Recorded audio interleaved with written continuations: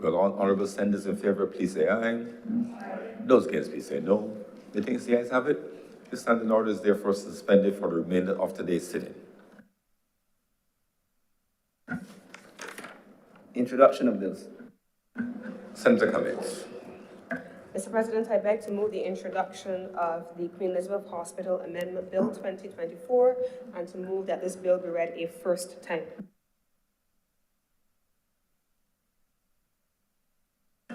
The question is that this bill be read the first time. Will all honorable senators in favor, please say aye. Aye. Those against, please say no. The things the ayes have it.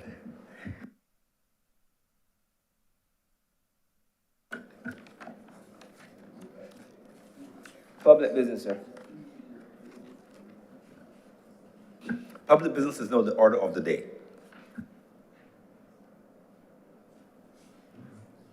Order number 5, sir. In the name of Senior Minister, Senator the Most Honorable Mr. Walker, Minister of Health and Wellness, to move the second reading of the Queen Elizabeth Hospital Amendment Bill 2024.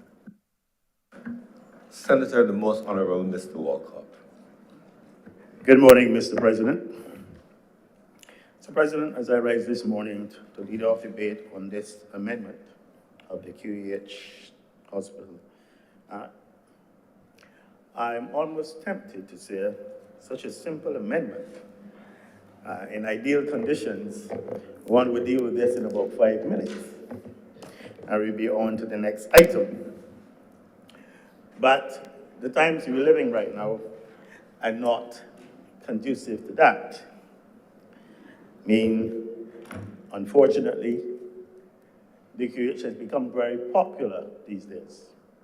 Extremely popular on the call-in programs, extremely popular on the social media, and of course, very popular among the 3 shadow ministers who are all members of the DLP. I'm never sure which one isn't.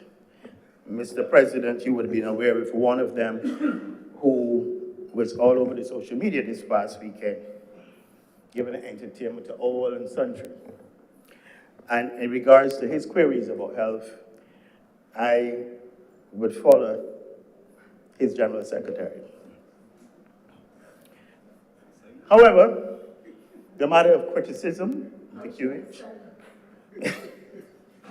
the matter of criticism of the hospital is to be expected, Mr. President, because of the nature of the services which tertiary care institutions and general hospitals are expected to provide for the persons and citizens of a country who need medical assistance, medical attention. However, Mr. President, the complaints are regrettable. They are numerous and vary from waiting times at the accident and emergency department to the time it takes to see a doctor in the clinics. And indeed, my colleague on the other side who is looking at me would know about the matters of the vexing and frustrating issue of persons going for elective surgeries and having them being postponed. Not to say that the honorable member is responsible for this. The Department of ENT perhaps has a record of about 80% of its cases that are on any list that are done. So some of these criticisms, however, are justified. Some are inexcusable, and most of them are unfortunate. But one thing is certain, Mr. President, that they all have to be addressed. They have to be addressed, some with a sense of urgency, and there are others that require procurement of equipment, capital works that will obviously take a long time. But Mr. President, I'm going to be bold this morning, that in spite of all the criticisms and the complaints, that hospital, the Queen Elizabeth Hospital, or hospital, because sometimes when I listen to the criticisms, we get the impression that you were somewhere else, and this is the hospital that you can just discard. At the end of the day, it is our only hospital, our main hospital. And they do very good work in that institution every day, contrary to popular belief. Very good work. And I must commend the hardworking staff. The majority work hard and are dedicated and committed. The medical staff, the nursing staff, the paramedical staff, the physiotherapists, the ancillary staff, they all work extremely hard to ensure that health of Barbadians is maintained in that institution. So it was not a long time ago when in Barbados, the members of staff of our hospital were praised and commended for the remarkable work they did during the COVID pandemic. At that time, most persons in here were working from home or just at home. These individuals, regrettably, some of these same individuals who were working tirelessly to ensure that the pain and suffering and deaths that we saw portrayed on televisions every night across the globe would not be occurring here. Yet, several of those same persons who worked tirelessly now bear the brunt of criticism and are worse than worse. Sir, this is the same QH that served us then and has served this country for almost 60 years. In November, it will be celebrating 60 years as our institution. It has shortcomings. There's no denying that. There are shortcomings. And all of these shortcomings have to be addressed. And it is the role of this government and the intention to address all of them. I can't predict the future. I don't know how long I will be here. But it is the intention of this government to ensure that all of those shortcomings identified currently at the QH are addressed. Obviously, all will not be addressed at one and the same time. Mr. President, but I know you believe me. You know the bond that exists between me and the Queen Elizabeth Hospital. There's no denying that. I was a student there. I was an intern there. I know about the long hours. I was a registrar there. I did most of my surgical training there. I was a consultant there. I was a lecturer in surgery there. And incidentally, Mr. President, I have also been hospitalized there and had surgery there in the past. So you know the bond that is attached to me and linked to me in the QH. When I say I want to make the QH a better place to be, a place that Barbadians would talk about daily in a positive way, that is how I feel. Mr. President, the QH didn't get there where it is overnight. And it will not get out of it overnight. But I sincerely hope that by doing this simple amendment, it signals the beginning of a process to resuscitate the QEH. Mr. President, I need to give some historical context to the matter, the simple matter before us. The matter of public complaints and criticism of the Queen Elizabeth Hospital about treatment received there has dogged and bothered both DLP and BLP administrations almost 4 decades. Thank you. During that time, even further back, but in that 40 years, there have been 10 ministers of health and a minister of state.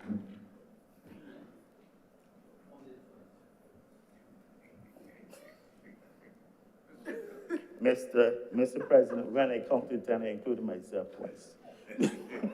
I'm a glutton for punishment. And there have been 10 ministers, and all of them, everyone, has experienced complaints and criticisms about the QH. Hence, in 1960, as it was then Minister Tate, requested a study titled The Rationalization of Health Care within the QH. 1990 days. In 1998, in the face of continued complaints and concerns, our administration established the Haynes Commission of Inquiry into the QH to review deficiencies and to make specific recommendations to improve the governance operations of the institution. And this was the famous Haynes Commission, made up of several prominent Barbadians at that time. The final document, I believe, is a document of this honorable chamber, titled The Report of the Advisory Commission of Inquiry into the QH. And that report spoke about the need for a change in the governance structure at that institution and recommended the need for a board of management. I should add that historically, when you review the QH, there was a bill for the establishment of a board of management as far back as 1966, but it was never proclaimed. The minister at the time was Dr. Ramses Cadder, and the chairman to be, which never occurred, was one Carolyn Barr, who was then the wife of the Prime Minister in Barbados. So it recommended this board of management, which it said would give greater autonomy to the QH, would make it become more efficient, and give it a level of accountability as an institution in its own right. It went on to recommend that the composition of the board should encompass views and opinions of the broader community. I came up with this remarkable equation, where it would be a board comprised of 10 persons, only 3 of whom would be selected by the minister. The chairman, the deputy chair, and 1 other. That was the writ of the minister. The other members were drawn from representatives of these entities, the Barbados Registered Nurses Association at the time, now called the BNA, the Barbados Association of Medical Practitioners, CITUSAB, the Barbados Association of Retired Persons, the Barbados Christian Council, the Barbados Chamber of Commerce, and the University of the West Indies. That was the first time anywhere in the Caribbean where an entity like that had been established, where the full power resided outside of the office of the minister. I happened to be the minister, and a lot of persons thought that it was not the right thing to do. Suffice it to say, the government changed in 2008, and the immediate amendment done by the new government was to remove that and have a situation where the minister would choose to elect and empower all of the members of the QEH board. And that has remained until now.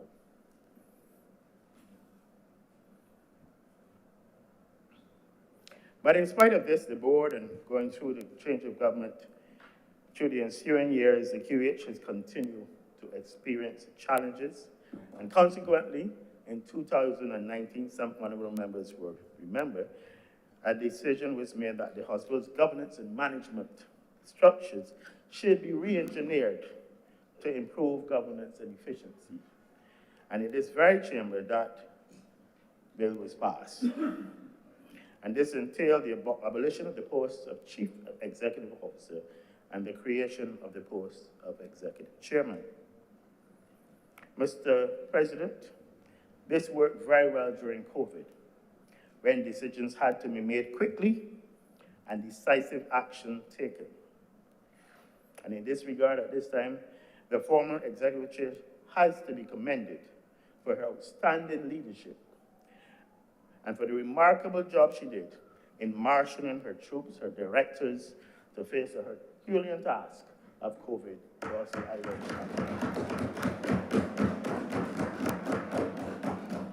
However, post-COVID, the process has not worked as efficiently as anticipated. A decision was made to revert to the original governance structure as we embark on a new strategy to tackle these problems, hence why we are here today. Mr. President, the ex-chair had indicated at the end of her contract in December 2022, she would not be renewing it, that she would be moving on to a new career path, and I think some members in this chamber are familiar with the new path that she's to embark on. However, she graciously agreed to extend her stay with us until June last year to help the QH prepare for the transition. And I dare say I know that she was involved in the discussions about the parameters and the requirements for a new CEO. She was up in that discussion and part of the process in preparing the questions and whatever. And I must thank her again for her unswerving commitment to improving the QH while she was there. And I'm certainly very confident that she will do exceedingly well in her new assignment. Mr. President, the process for the recruitment of the new CEO has obviously gone along parallel to all of this. A committee was established by the board. It's been the board's process, the selection. I'm not going to give a presentation this morning on what happened in there, but I can tell you, suffice it to say, because there are always inquisitive persons who want to write stories, that 84 persons applied. 84 persons applied for the post of CEO of the Queen Elizabeth Hospital. The news has been out in terms of the selection. But what I would say for those who ask about Barbadians and non-Barbadians, 2 Barbadians applied for that post. 2. 2 out of 84. And both of them were deemed not suitably qualified, and they certainly didn't have the experience. The board went through its process, the committee of the board, 84, they were down to 12, and then I believe they had selected 6 to be interviewed, but then 1 person dropped out, and they interviewed 5, and they have come to a selection. They've made a selection. So that process is on track. Over the past, I assumed the ministry in November 2022.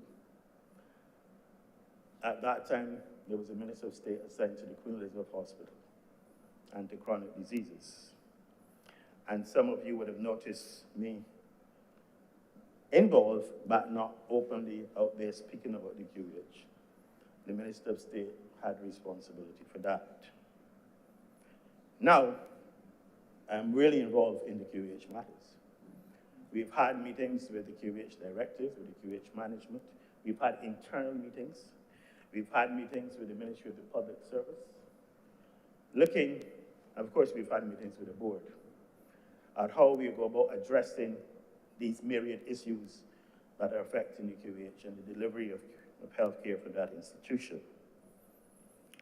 We've been as far as having a number of meetings with the Prime Minister of Barbados, because if the QEH is to really move the resources, both human, financial, and otherwise, we need the buy-in and the support of the Prime Minister.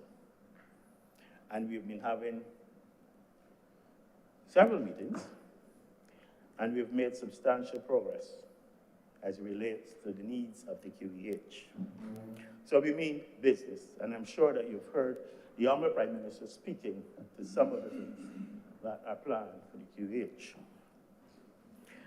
But for the benefit of colleagues in this chamber, and especially for those on the other side, so that they can save some of their saliva and don't attempt to go down a litany of woes in this chamber this morning, not trying to pigeonhole anyone into there.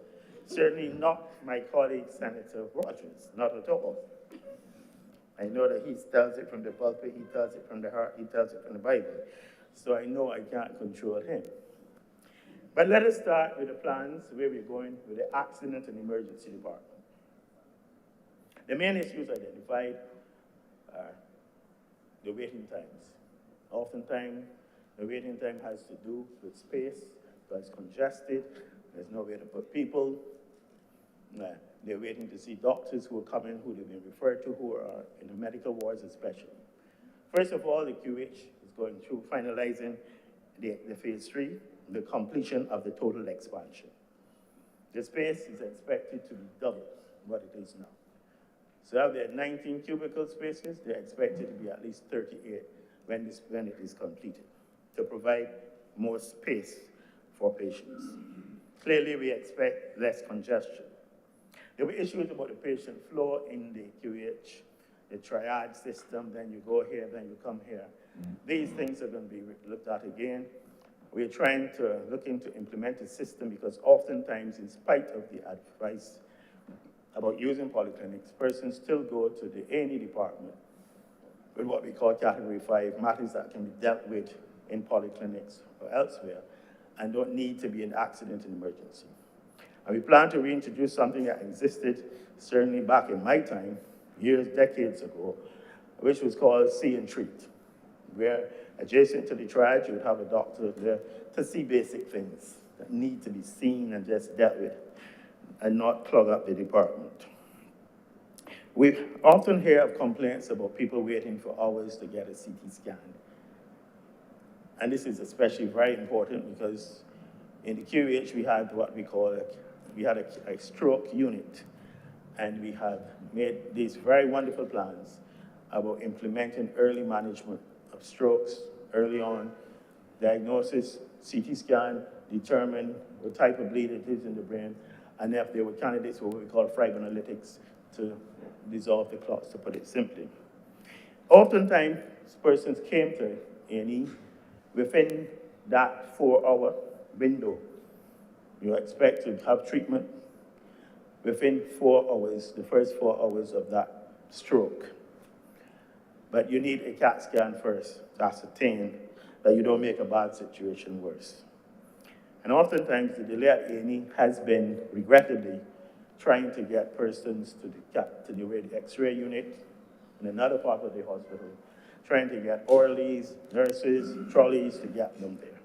The plan in the expanded A&E department is now to install a CT scan there, a new CT scan, so that persons who need to have an urgent CT scan, they don't have to be taken up the corridor. They will have that in A&E to expedite the processes and try again to improve the patient outcome if they're having a stroke. The matter of a chest pain clinic, I know the honorable member on the other side has heard a lot about this chest pain clinic. It was supposed to be implemented for a number of years. Government has agreed to the positions required. The additional consultants, the additional nurses, the additional ECG people and the cardiac people to assist. The paramedics in the ambulances were trained. So you're looking at picking up heart attacks early, recognizing the trend, recognizing the ECG changes, and trying to implement treatment on the road, so to speak, stabilize the person before they get to A&E, where you will have a designated area called the chest pain clinic. And the plan is that this goes down to the cardiac theaters where persons can have the intravenous invasive strap done as an emergency as needed. So you're trying to take it to a different level in terms of care and managing strokes and managing heart attacks. So this is something now to be rolled out.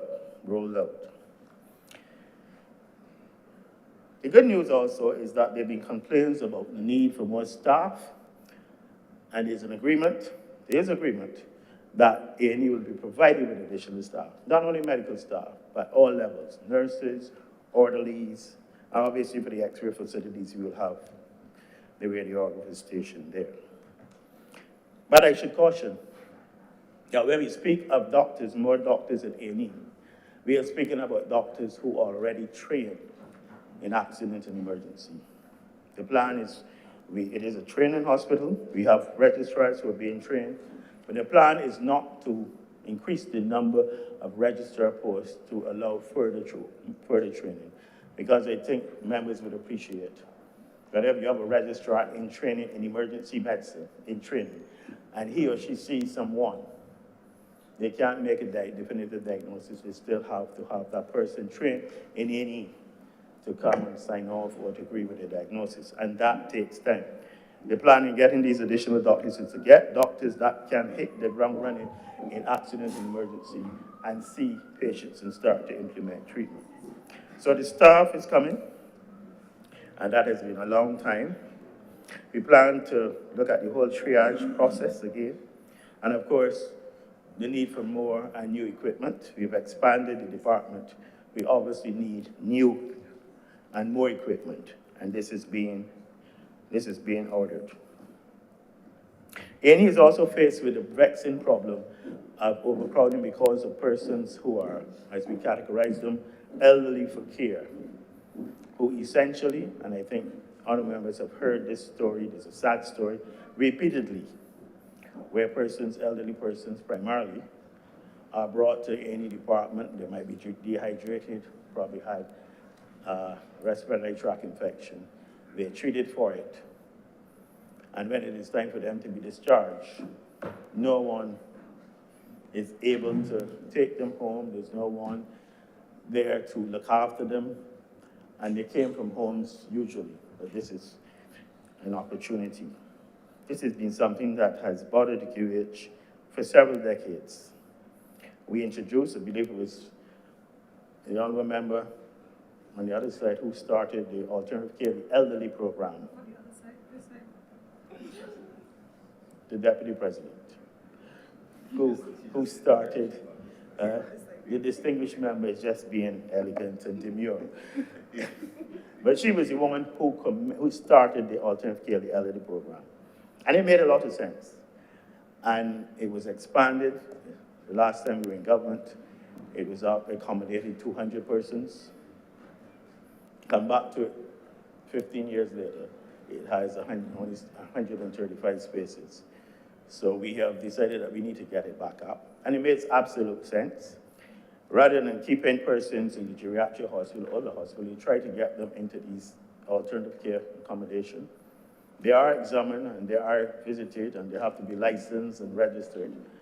And government pays for the accommodation of two categories of old persons in this: the ill ones who need nursing care, medicines, whatever, and those who are mobile, ambulant, and look after themselves.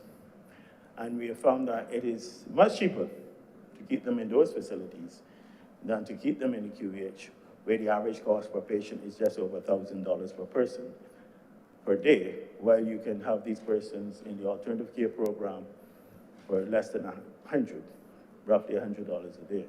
So it makes perfect sense. So we're trying, as I said, to increase the numbers again, 200, but it keeps increasing. You discharge persons, you get them into alternative care, you get them into the geriatric system today, and by weekend, you have an additional 20, 15 to be dealt with. It is a problem that we have engaged the Ministry of People's Employment. It is a societal problem. It is a behavioral problem. It is something that Barbadians as a people who were accustomed to looking after their elderly folk have suddenly lost interest in that, to put it in a simple form. So that is still a matter that we have to wrap our heads around. As related to the hospital, naturally, other departments in the hospital and their function can affect the accident and emergency department. We often hear that the bugbear is internal medicine, where patients are waiting for several hours to be reviewed by registrars or doctors coming who are on call in internal medicine. And we have agreed that they have made a request in terms of numbers of registrars, and their request will be granted. Having done that, we expect to see the concomitant improvement and reduction in the delays in seeing patients. We have making provisions for additional anesthetists, and again, anesthetists that can hit the ground running, because gone are the days, certainly in my time, 25, 30 years ago, probably 100 years ago, we did surgery, Mr. President, from 8 until 6, until the list was finished. The anesthetists came in. A lot of them were not from here, from the subcontinent, and they would come in the afternoon, and whatever was on that list, we did. If we went to 6, if we went to 7, the list of patients was to be done. These are different times. And we think that we need to get back to a situation where operating theaters function essentially from 8 until 7 or 8 at night. And to do that, we need additional nurses, we need additional anesthetists, and we need additional junior staff. And provision has been made for this. There have been concerns about pediatric surgery. And we've had some issues there, which we have addressed. We have addressed in one direction. We are seeking now to recruit a pediatric surgeon, believe it or not, in Barbados. And in the interim, there's a plan to bring a pediatric surgeon from Trinidad to fill the gap. ENT, They have been doing quite well, but they will get an additional staff member. There's need, obviously, with the issues of diabetes and kidney disease. We need additional help in nephrology, and there are plans to recruit additional nephrologists. We have one gastroenterologist at the hospital. There are about 5 in the private practice, I believe, 5. And for another place, not today, I'll be speaking about a launch of a colonic cancer screening program, where we are seeing rising numbers of colon cancer in Barbados.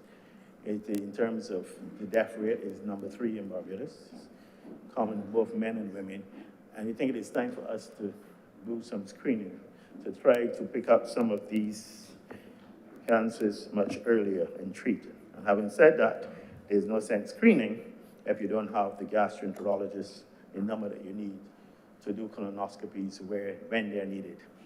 The plan is, globally, is to move away from a colonoscopy as the first step in screening. That there are other non-invasive tests that can be done early to pick up, which some of the patients can do at home, and to move in that direction. So we will be recruiting additional gastroenterologists. We will be obtaining additional scopes to do the work, and obviously we'll need additional nurses in this area. There's one area, there are 2 areas that I've left, and I've left them deliberately, Mr. President. But we are looking to recruit a rheumatologist. The one that we had resigned during the course of the year. And you would appreciate, Mr. President, where in our small societies we have one person trained in a specific area, and that person has a private practice and work obviously in the public service. And sometimes it becomes difficult depending on how busy one is in the more lucrative arm of your practice. And that can create a problem. There are also plans to get additional oncologists at the QEH. And this brings me to, I don't know about pet peeves, Mr. President, but there's some things that I just read and smile. Other people will probably use abusive language in dealing with them, but there's some things I just smile and ignore and act like my good friend, the General Secretary, and pay them no attention. 2, I've seen on a number of blogs and chats belonging to persons on the other side, not in here today, where they speak about Barbados and women and the incidence of breast cancer. And all of this flying and all of this, and you can't get a mammogram in the hospital. Mr. President, when I was last Minister of Health, we demitted office in January 2008. There was a functioning mammography unit at the Queen Elizabeth Hospital. It stopped functioning in 2009, July 2009. And I'm reading that this government is doing all this and you can't even get a mammogram at the QEH. There's always a time for politics, Mr. President. There's always a time for politics. But when it comes to healthcare, trying to play this political football game, when you know you're guilty of not providing the service, then we have a problem. The QH has a mammogram unit on order. The space for the mammogram is still there. It hasn't been used since 2009. I don't know who was the minister then. I don't think it is my good colleague, on the other side. I don't think it is any relative of his who was involved or who was the Minister of Health then. He knows that. I believe his relative came in 2013. Yes, right.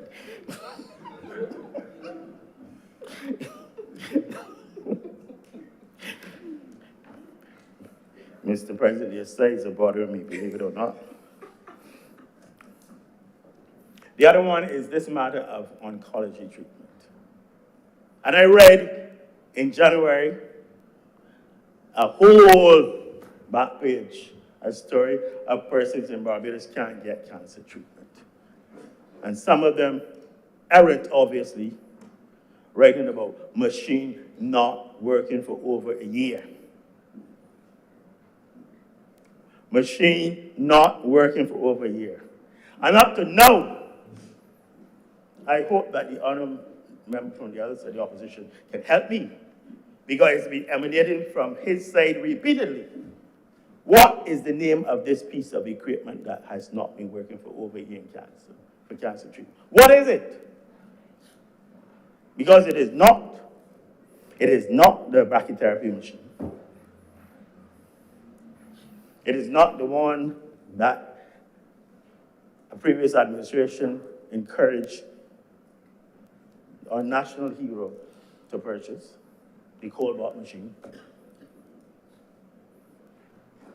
So I don't know what it is. It is not the gamma camera. Not one of those pieces of equipment has been non-functional since the cyber attack. The Cobalt machine and the gamma camera went down for 2 weeks, December, January 2022.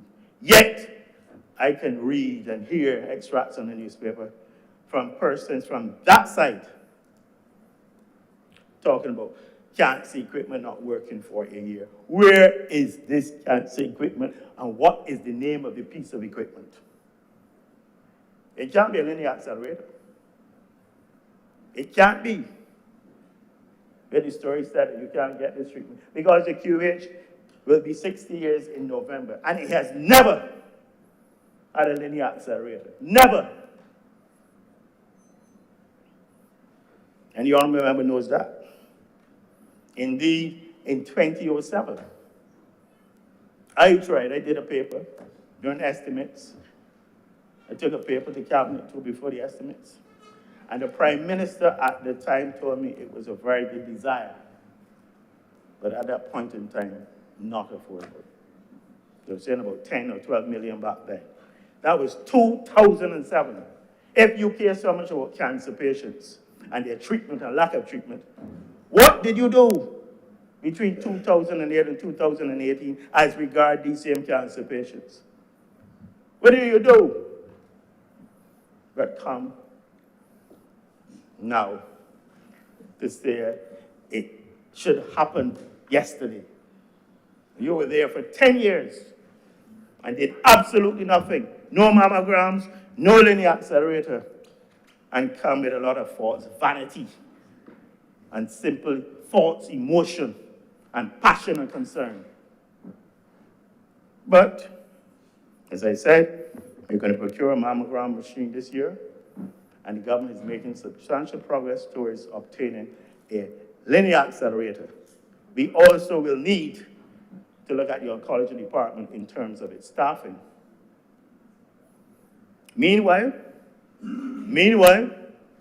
persons are being sent to Colombia, and this has been going on since last year. Persons are being sent to Colombia who need radiation treatment and other treatment. There's a medical aid scheme within the budget of the QH, and it makes provision for this. And not only cancer treatment, it makes provision for other things not available in Barbados. And I believe over the past year, about 26 people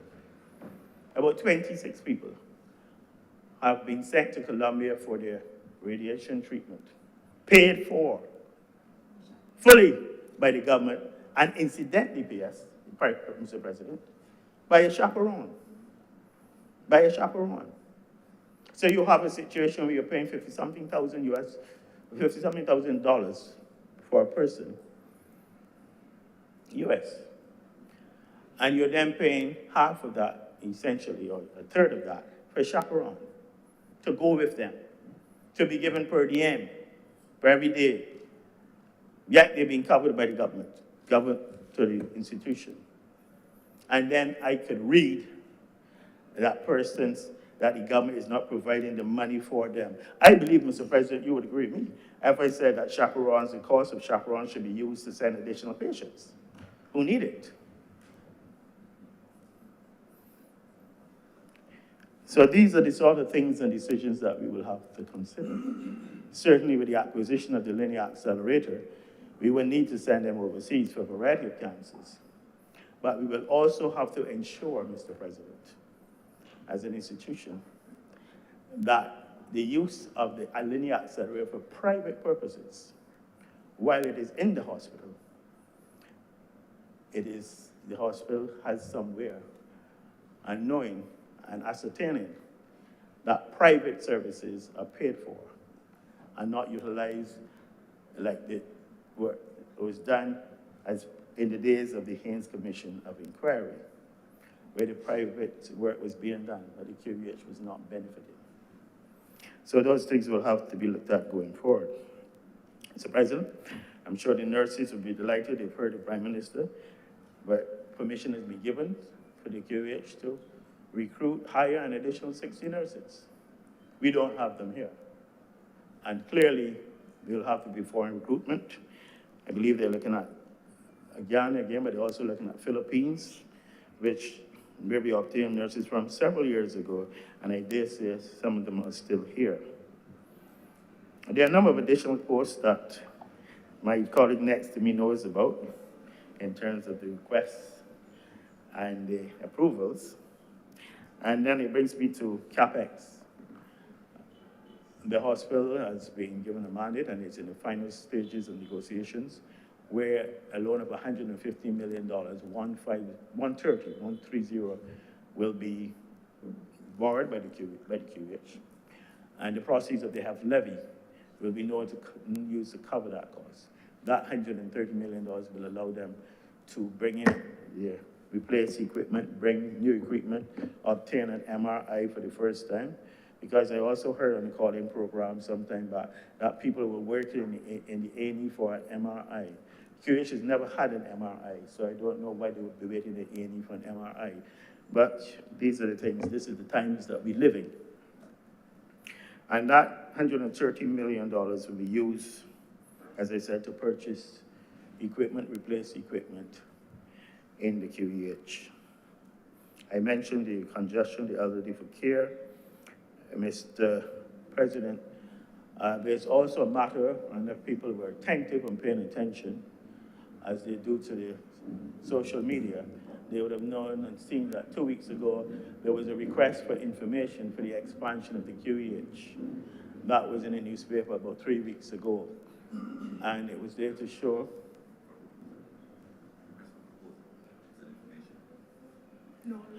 I said a request for information, Mr. President. I'm being very specific. It was there for persons who are interested in providing services for the expansion of the hospital. I'm hearing the honorable member say that he sent in information. He sent in a request. He sent in information. Yes. I don't know what he's doing with the ideas. It was supposed to be submitted by Mr. President. The ideas were supposed to be submitted by the 1st of March, so I don't know what he would be doing with his ideas on the pad in front of him. Suffice it to say that is a project. It speaks to expansion. It speaks to a new lab. It speaks to an oncology center. It speaks to a new administration. It speaks to space for clinics. And it speaks to a rehabilitation center. And it speaks to a bridge across the road linking to that. So this is what that was about. And Mr. President, I'm not going to stretch it, but I can't speak about A&E and congestion without speaking about primary health care. The two are linked. And while we are doing this, and I know governments are often accused of focusing too much of their resources and focusing too much on the Queen Elizabeth Hospital, I think we recognize again, like was the process in the past, that primary health care is vitally important. And that perhaps over time we have drifted away to tertiary health care and neglected primary health care. We have 9 polyclinics in Barbados. We recognize that the trend with the NCDs, we need to focus on prevention through education, health promotion. We need to focus on early detection and screening. Having done that, we are able to start treatment earlier and have much better outcomes in terms of the patient's health. and obviously in the process, reduce the load on the QEH. We need to treat patients earlier in their communities. So the government is now embarking on a project,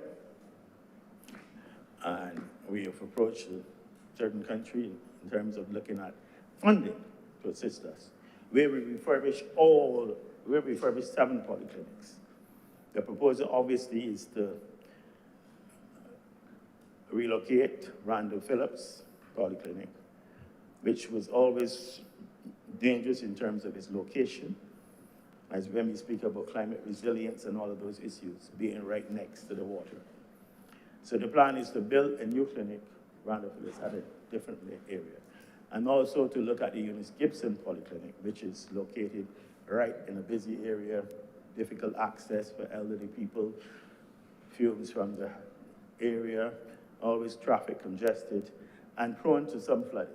So the plan is to build 2 clinics and to refurbish, expand, when necessary, the other 7 clinics, so that we bring all of them up to a certain standard where we can have expanded facilities, recognizing that we want to focus on the NCDs, screening for cancers, and also, of course, mental health.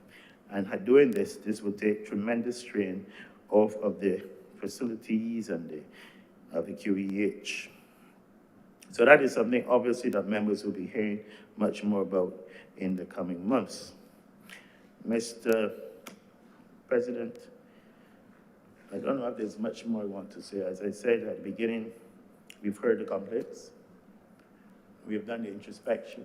We've had the internal meetings and the planning meetings, and we are now ready to address the issues which have been bothering the people of Barbados as it relates to the Queen Elizabeth Hospital and its operations. And with these few words, I beg to move that this bill be now read a second time. I'm obliged to you.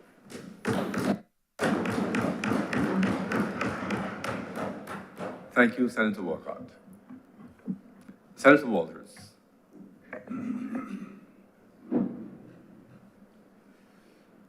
Mr. President, fellow senators, when I think about the Queen Elizabeth Hospital, it evokes mixed emotions.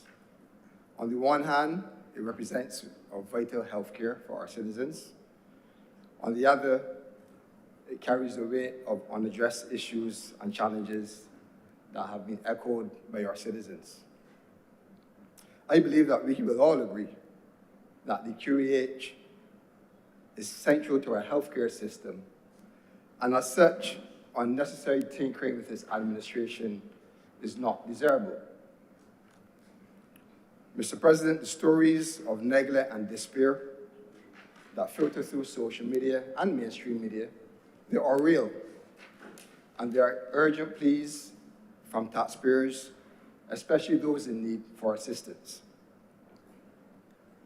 But while we acknowledge that the bill before us addresses the management dynamics of the hospital, it has to be said that there is a fervent hope for a genuine transformative change at the hospital. We cannot and we must not allow our main public care facility to continue into descent into disarray. The average working class person in Barbados, sir, does not have the wherewithal to get up and go to another country or destination to seek health care. They do not, sir, have the liberty to make a phone call or 2 in advance of their arrival at the accident and emergency department. They do not enjoy the benefit of having their services prioritized because of their stature, sir. I say that because it is our responsibility as policymakers and legislators, sir, that we owe it to the people of this country to get the situation at the Queen Elizabeth Hospital right. We all have a vested interest in ensuring that this institution is working on behalf of all Barbadians. It is always said that sickness does not discriminate. Your class, your color, your political affiliation even. So, sir, it is very essential then that the hospital, that we treat the hospital with care, and that we do not have the political meddling in the affairs of the hospital. But to understand the present, sir, I believe that there is some value in going into the past, just briefly. In 2018, when the BRP government came into office, sir, there was a CEO in place. A CEO, sir, that with his leadership had worked with the board of the hospital and the ministers of health to move the QAH from off the front pages of the newspaper and the calling program, sir. Working hard to bring back the dignity and pride for the stakeholders of the QAH, making that hospital more patient-friendly, more doctor and nurses friendly, sir. He was subsequently replaced, sir. I cannot say if he was fired or if he left. But what we can say for sure, sir, is that he was instrumental. He moved to Dominica, sir, and he was instrumental in providing technical support to the interim board in establishing the Dominica Hospital Authority. Subsequently, he was appointed the first chief executive officer of the Dominica Hospital Authority in 2001. Mr. President, the same individual, sir, moved to St. Lucia in October 22 and was appointed the CEO of the Millennium Heights Medical Complex in St. Lucia, which is the primary healthcare institution in St. Lucia, sir. These are just examples to show that the individual who held the post is being used in other jurisdictions, sir, in a very senior manner as relates to their healthcare and their important health institutions, sir. Honourable members, let's hear the honourable member, please. Mr. President, the government in 2019 amended the Queen Elizabeth Hospital Act and did away with the position of the CEO to that of an executive chairman who came with it, sir, many exuberant plans to transform the QEH. Sir, it is no secret we are here to reverse that decision today. A decision that at the time was felt by many, that it was made to benefit an individual more than the institution itself. A decision, sir, that at the time was felt by many was not well-intentioned and had the ability to create that political mischief in the operations of the hospital. In other words, sir, the institution was seen to have been becoming politicized. This is how many in the country felt. We are here to reverse that short-lived decision and to appoint the short-lived decision to appoint an executive chairman and to revert to the previous model of having a CEO that reports directly to the board. Without any apology, sir, this amendment is a full 360-degree turn, and we are back where we started. The question is... Honourable members, let's hear the honourable member. He will choose his own degrees. Honourable members, he will choose his own marks on the matter. Please, proceed, Senator Watt. Honourable members, please. Honourable members, please. Have we wasted time and taxpayers' money with this decision that was taken in 2019? Having to reverse the decision, sir, is an admission by this administration that it made a misstep and is now seeking to correct it. Because, sir, if it was an effective structure, we would not be back here to repeal the sections of the Act that speak to the appointment and dismissal of an executive chairman. Mr. President, good organization structure requires... Honourable members, please. Senator. Thank you, Mr. President. Good organization structure requires that there's independent management at varying levels within an organization. That is why you would have supervisors, sir. You would have a managerial level, and some institutions you will have a director, senior manager, sir. The board at the QEH is an important element of the operation at the QEH because it offers an independent view of the management of the operations. So it was never a good decision, sir, to mix those two, having the executive chair, having the chairman of the board being an executive officer, because it took away that independence to ensure, sir, that the operations were being done in accordance to the mandate of the Queen Elizabeth Hospital on behalf of the citizens of Barbados. So this is a learning opportunity for this government, a good and sufficient reason why we must not seek to politicize the affairs of the hospital. And I'm happy to hear, sir, that we are moving back to a position where we will have that level of independence in terms of the management structure of the hospital. So unnecessary tinkering, sir, is not what we need at the hospital. It seems, sir, though, that whenever this government is in office, the hospital seems to be the subject of newspapers and calling programs. I heard the admission by the minister. I heard the admission by the minister, sir.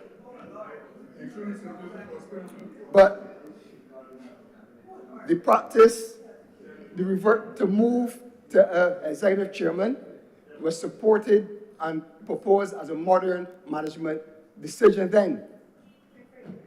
But we are here now again, sir, a few years after, to revert to an old management system that should not have been changed in the first place. I must remind this chamber, sir, that in 1993, that the DRP administration started the David Thompson Clinic in St. John. We lost the government and the DRP gained office in 1994, and nothing at all was done on that site between 1994 and 2008. The people of St. John had to wait until 2008 for us to resume work on that facility. It is not, that is a good example, sir, of politicizing the healthcare system. We need not to put politics before the interests of lives in this country.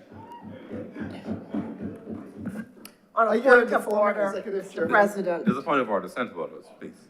Yes, Senator Thompson. implicit in the statement of the honorable senator is two things. One, a misstatement which amounts to misleading of the House at one level, and second, that the reason that there was no construction was a politicization of the policy decisions at the time. I'm taking issue, sir, first with the attempt to mislead the House, and second, with what is really an attack on the policymaker at the time, which happens to be me.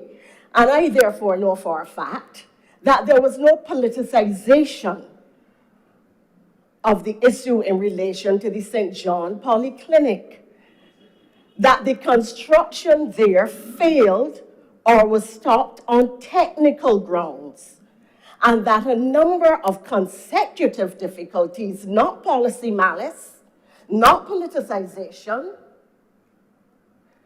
prevented the work for some considerable time. I would wish, sir, that in the circumstances, that the statement be struck from the record.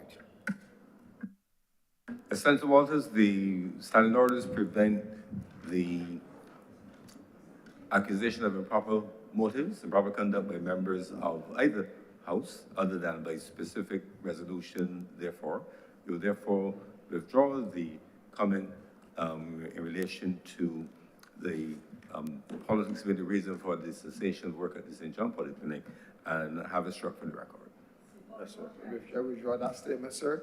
But it seems as though all the technical issues that were referred to were fixed in 2008 after the Democratic Labour Party became in office. On a point of order, Mr. President, sir, the honorable senator is misleading the House by suggesting that no preparatory work was done for the fixing of the issues, and it was because the groundwork was laid and all of the negative issues resolved that y'all were able to start and finish the works for which the preparatory works had been completed. Thank you, Senator Thomas. Senator Walters, please press on. Mr. President, I heard the former executive chairman tell Barbados to judge me by my results, in her words. I don't think we have the time to judge the former executive chairman, but I would ask a few questions on behalf of the people of Barbados. Before I ask these questions, sir, I must say that listening to the presentation by the Honorable Minister of Health and Wellness, that one would think that this government came to office last year, because we are now hearing about all these plans to fix the issues and to address the issues at the Queen Elizabeth Hospital. But my questions are, sir, have the wait times at the QEH and the accident and emergency been reduced, or do citizens still have to endure days of waiting to be attended to? How many Bajans, sir, are still waiting lists on long waiting lists in eye surgery and other elective surgeries? Have more posts been opened up for young doctors who, sir, have been expressing a challenge of being overworked and working for strenuous hours, which, sir, has been admitted that it is not safe for them nor for the persons in their care? Are there adequate supplies, sir, equipment and machinery, and are they in good working condition? 6 years into this Barbados Labour Party's administration, sir, have they sufficiently dealt with the cybersecurity breaches at the institution? Sir, these are questions that, if answered, the Barbadians can judge the performance of this government as relates to the management of the executive chairman and the management of this government as relates to the function of the Queen Elizabeth Hospital. Mr. President, to add insult to injury, this government in 2018 introduced a health levy to finance the operation of the Queen Elizabeth Hospital. The government is the only government that I know that had collected money directly linked to health care. Sir, according to reports, the health levy rates in about 60 million Barbados dollars a year from taxpayers, from workers, from persons that go to work to earn an income. $60 million a year. I believe that it is a substantial sacrifice that workers have made. But if they're making the sacrifice, sir, where are we 5 years down, 6 years down, $300 million after with the functioning of this institution? This is not a BLP or DLP situation. This is hard workers who have... This is point of order. Senator Leonard. Mr. President, to get into political fights, but the health levy, everyone knows, rakes in a substantial sum, sir, of $75 million annually and claiming. Thank you for that elucidation. I'm correcting, sir, the figure of 60 million, which is really important, sir, and it has important implications for the finance of our hospital. I'm not in a position to weigh in on the accuracy of 60 or 75. Please press on, Senator Walters. But thank you, Senator Leonard. Thank you for that intervention. But sir, a substantial amount of money from workers who are paying directly into the fund, into the operation of the hospital. They deserve to have an account for how the money is spent, and they deserve to feel a difference when they visit that institution. In excess, sir, over this period of 5-year period in excess or close to $150 million directly from the workers' paychecks. Tell me that they don't have a right to feel a difference when they go to the QEH.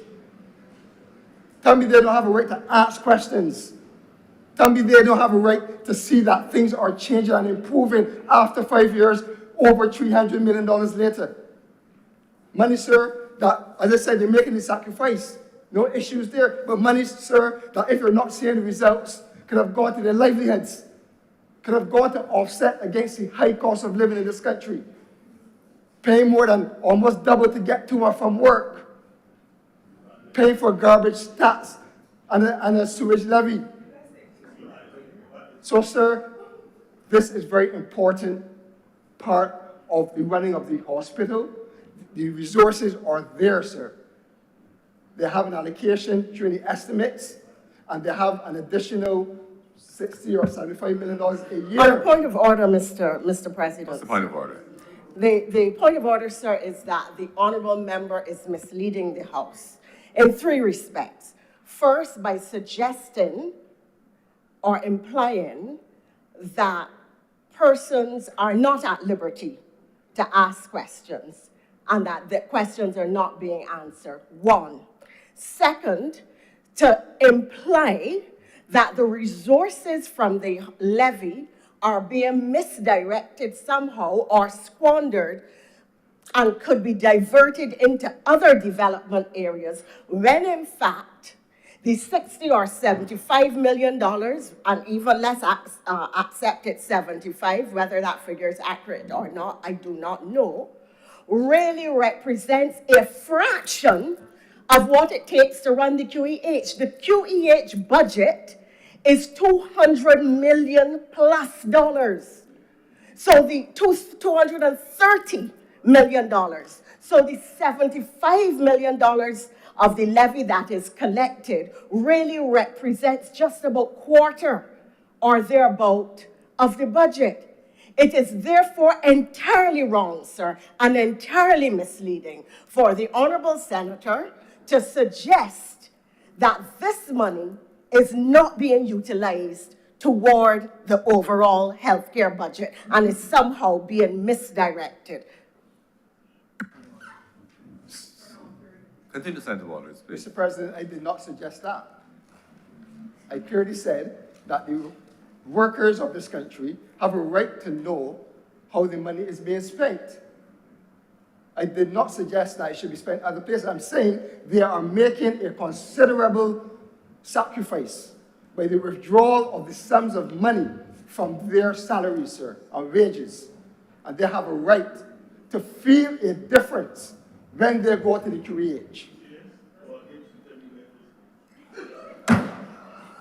Mr. President, the success of the hospital does not only hinge on this amendment. It does not only hinge on this amendment, sir. It hinges on resolute action to address persistent issues across the length and breadth of the hospital. We are well aware of the challenges that governments in Barbados and across the country, across the globe have. But, sir, Honorable members, please. I want to hear Senator Waters, please. Calm your enthusiasm, please. the government and its new management must ensure that the challenges facing the QEH are addressed assiduously. That is all taxpayers are asking. We need to feel a difference. As I said, sir, there is allocation of funds, there is money being invested directly into the QEH, and we deserve to feel a difference. We deserve to feel a difference. It is not a year in office, it is 6 years in office, sir. In conclusion, sir, I want to join with the Minister of Health and express my deepest gratitude, sir, to the QEH's administrative, medical, and auxiliary staff for their dedicated service in the face of immense challenges. They should be commended, and I implore them to keep their heads up high and keep a strong fight going on behalf of the people of Barbados who are depending on them. I thank you, sir. Thank you very much, Senator Walters. Senator Maynard. Senator Mr. Maynard. Thank you, Mr. President. I am not afraid to be bitten. Afraid to be stung. Mr. President, I rise, sir, in support of this bill. And I rise, sir, in support of this bill because it's been long overdue. And I think that Senator Walcott has displayed incredible courage because he was the person, sir, who led the debate on the previous bill to bring an executive chairman into being. But, sir, Senator Walcott, said, in fact, in his opening statement, that this should really only take 5 minutes, and I agree. And in the words of Duke Chet E.D. Sharp, sir, who you remember, these are the good things that that post did. Yes, sir. It was a predictable outcome that we would be here today, and I'm proud that the government has had the courage to come to this parliament to revert to having a CEO. Sir, the Right Excellent JMGM Adams removed the post of executive chairman from the BNB because he saw the wisdom of not having one. That's all I would say. It is not my job to bash the government, but I'm proud that the government realizes it's made a mistake and is fixing it.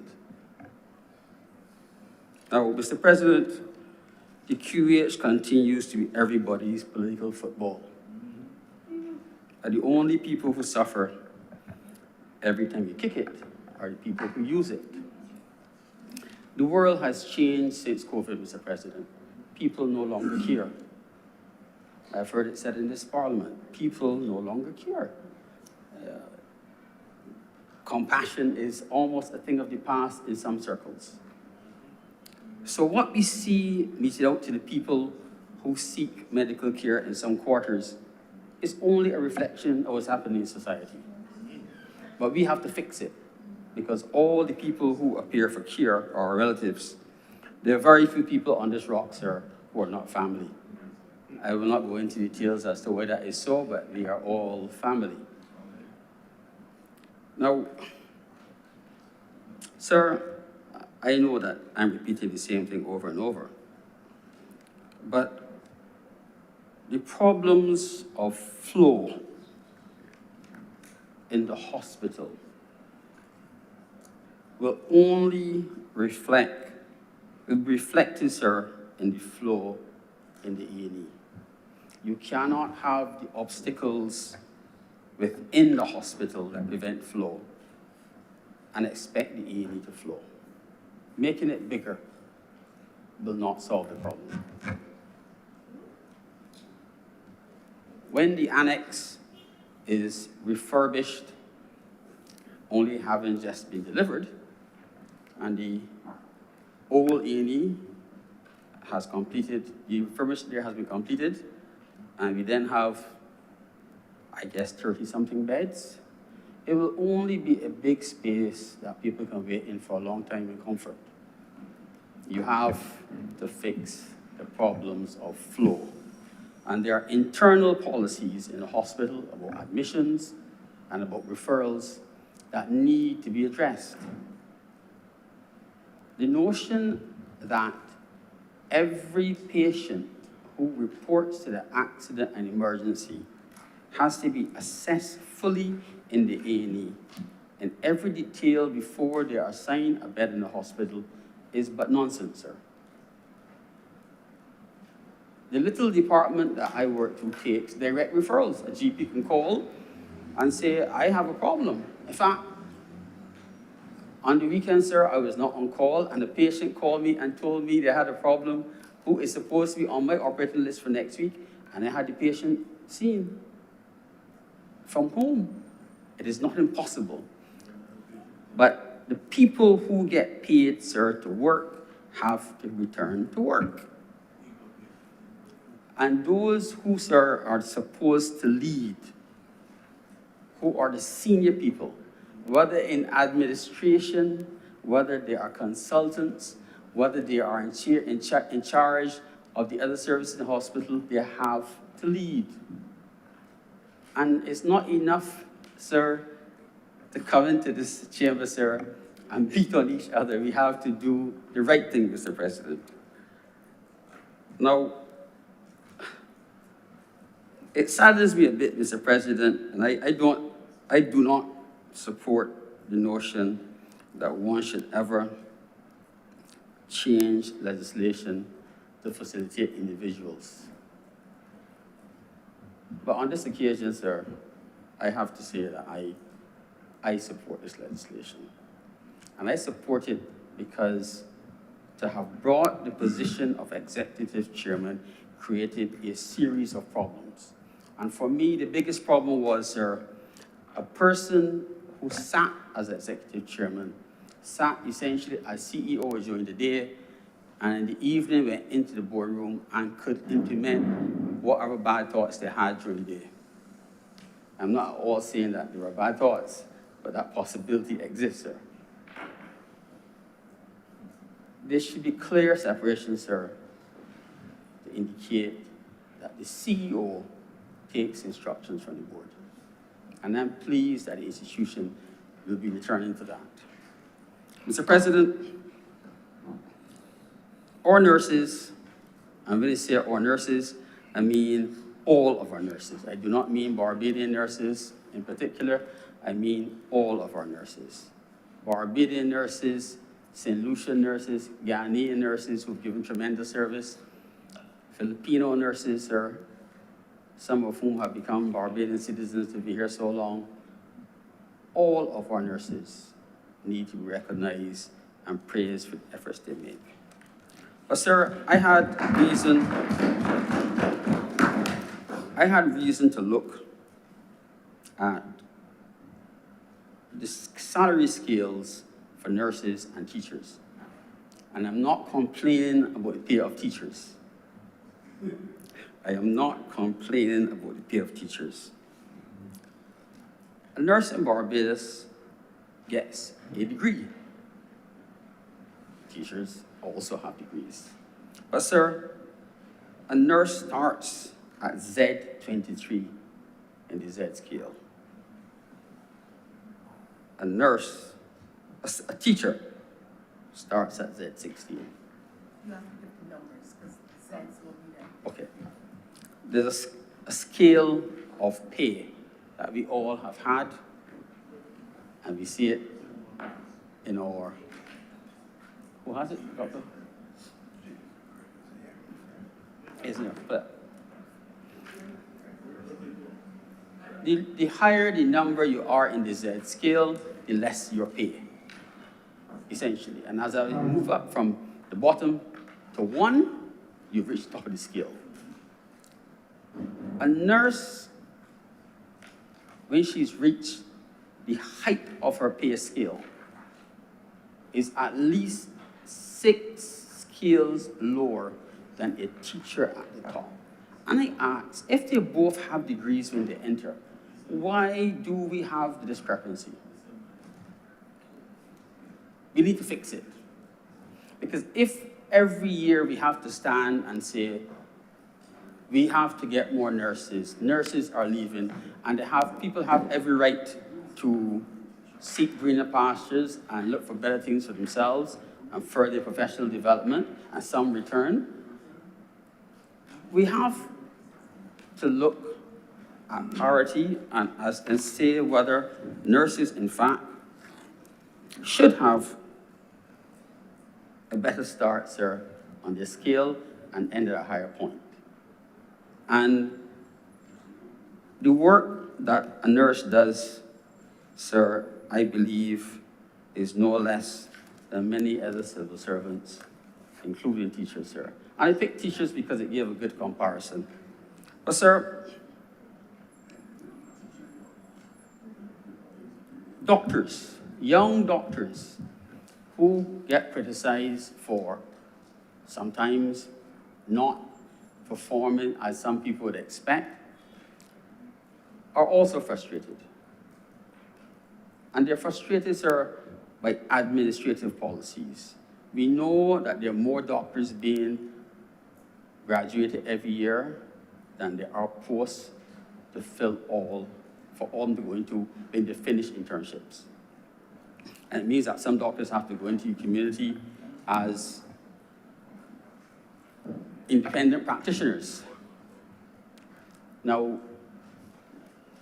sir, what it means is that when you are employed in the QEH as a doctor and you do not have a post, you are employed, sir, on short-term contracts, usually 3 months.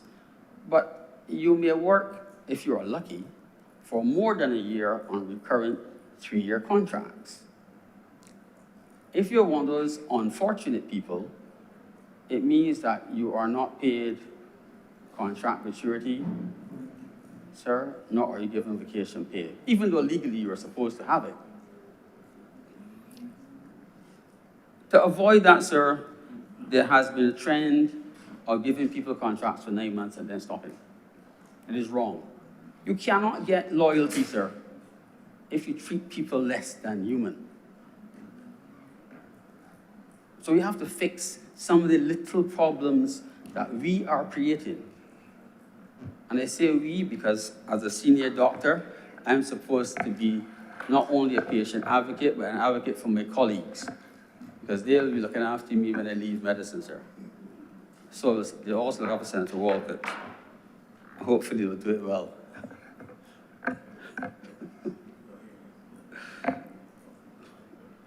Mr. President, now,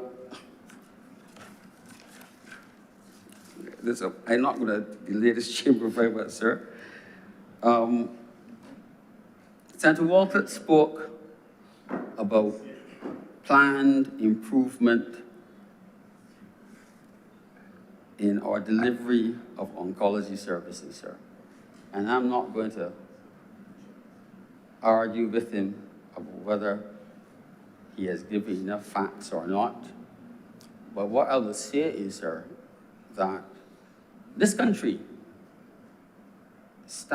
has the uncomfortable position of being in the top 10 worst countries for outcomes in breast cancer in the world.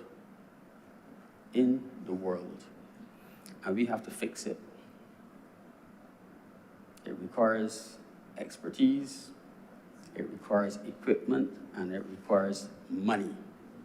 And we have to find the funding and the expertise to fix it.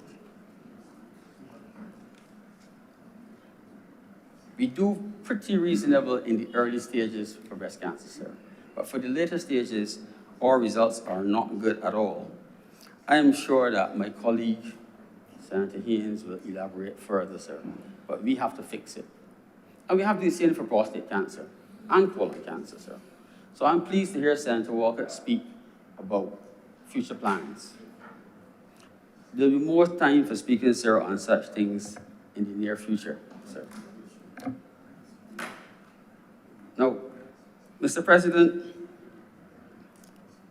if our institution, the QEH, sir, collects over $75 million a year, which, through the NAS, which is paid directly to the QEH, it provides a lifeline, sir, of steady income.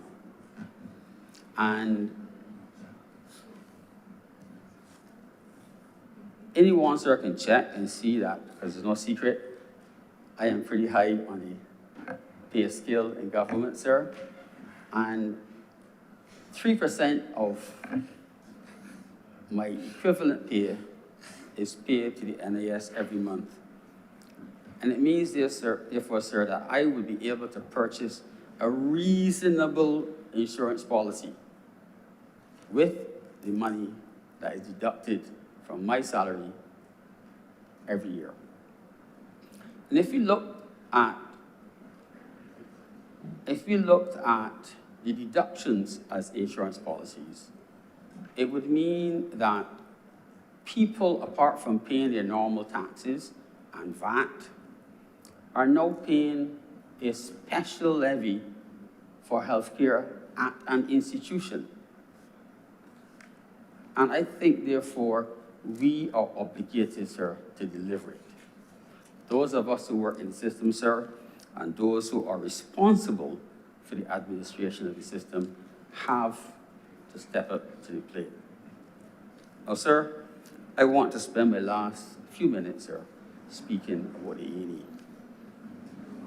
The Accident and Emergency Department. And I wish I didn't have to do it again. A short time ago, sir, the hospital took possession. It was during COVID. The hospital took possession of the annex to the A&E department. A short time ago.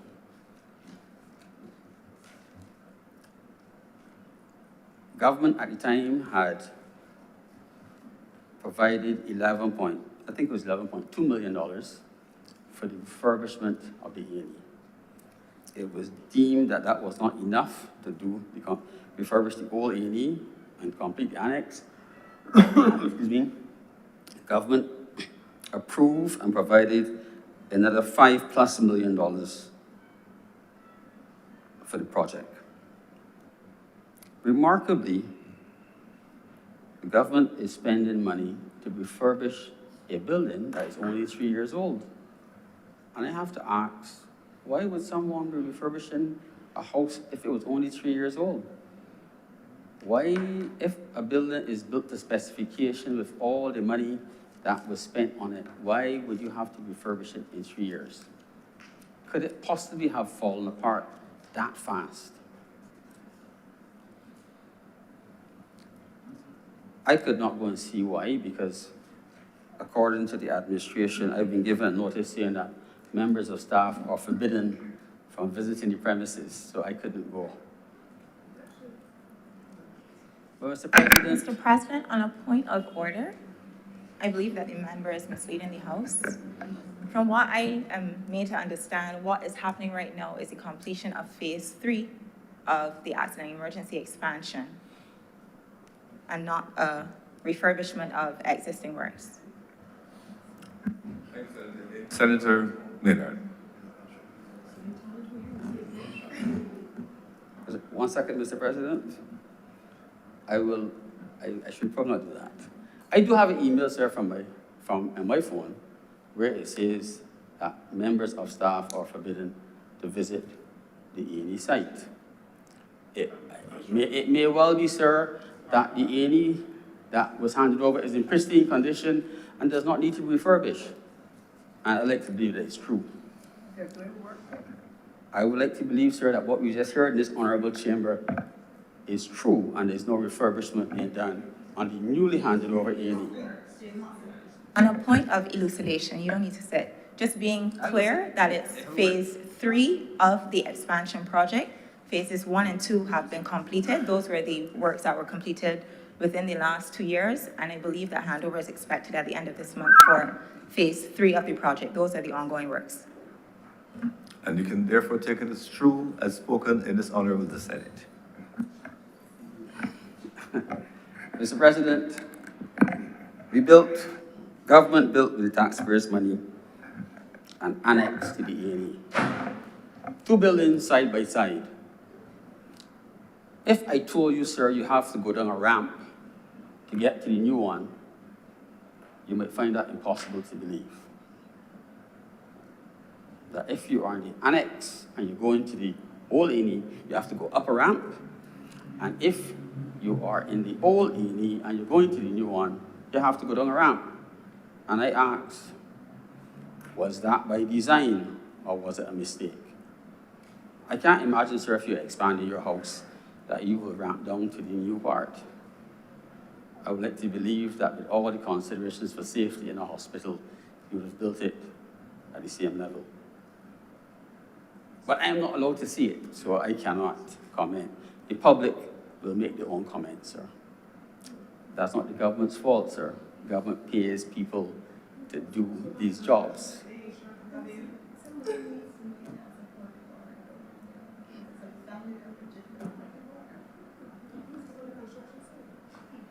Pardon me? On a point of Please order, address the Mr. chair. President, sir. Yes, what's the point of order?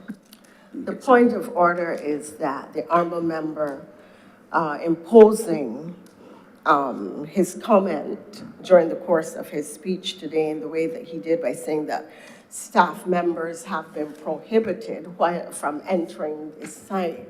While it is true, it may be for their own safety. People are prevented from entering and being on and curiously looking about active construction sites for their own well-being and safety. And if the honourable senator in fact got such a letter, it is because the government wants to keep him safe and well so that his skills will not be lost to the people of Barbados.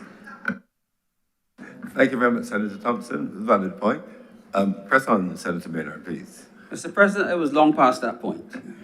Mr. President, the active use of the A&E as it is, the building is not going to change.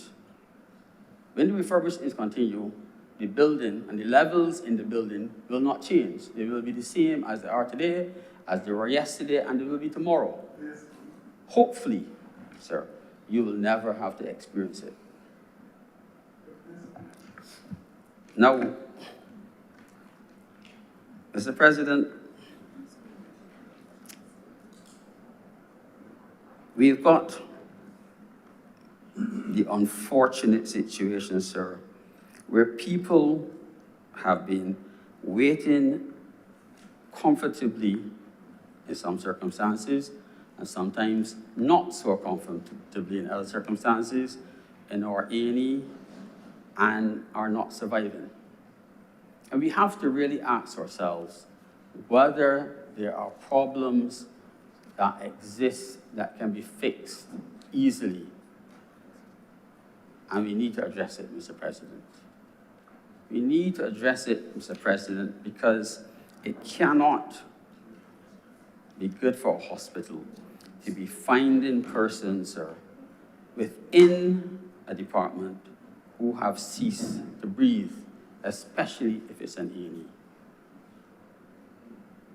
So the persons who manage the hospital, the persons who manage the A&E, the persons who are paid by the government to do the jobs have to do them, Mr. President.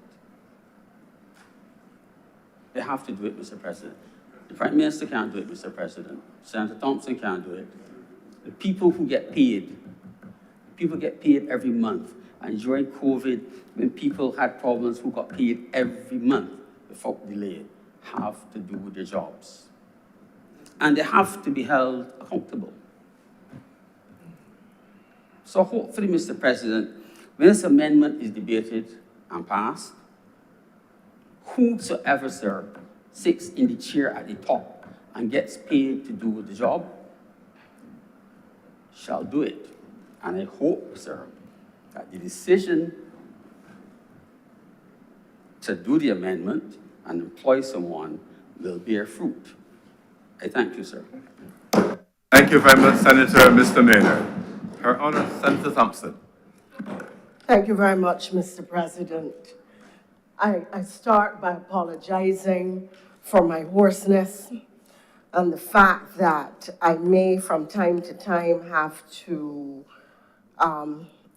use a tissue. I just want to assure the honorable members of the Senate that I am not contagious. I am just extremely allergic to Sahara dust and have had very, very severe reactions to it, and to the point actually of being on a very serious, that is why, sir, I spoke just now about the honorable senator's skills having to be preserved, because clearly I need to put myself in his hands and say, save me, because I have been on a regimen of meds for weeks that includes steroids, antihistamines, antibiotics, and you can still see that I am really not well. Sir, I had not, to be honest, intended to speak in this debate at all. I had not intended to speak to this issue. But there are perspectives that I want to bring, having been a Minister of Health, sir, from 1994 to 1999. And the truth is that even having held that post, I would still not have spoken had the honorable senator from the opposition not raised some of the issues that he did. So I'm going to make a very non-political speech, but I start with a very political point precipitated by the comments and remarks of the Honorable Senator Walters. In 1994, when the Barbados Labour Party became the government of the day, and in 1995-96, I was appointed Minister of, no, I think in 1994 I was appointed Health Minister. At the time, we came out of another period of very poor DLP governance. Salaries had been cut. There were no resources for public works and construction and repair. It was a difficult period. Difficulties always seem to attend DLP leadership, governance, and their time in government, sir. The St. Joseph Hospital in the north of the island had been built or refurbished and was being run with staff. Millions of dollars had been diverted from the QEH budget to the St. Joseph Hospital, but it was not for at least 3 years, sir, in any position to receive patients.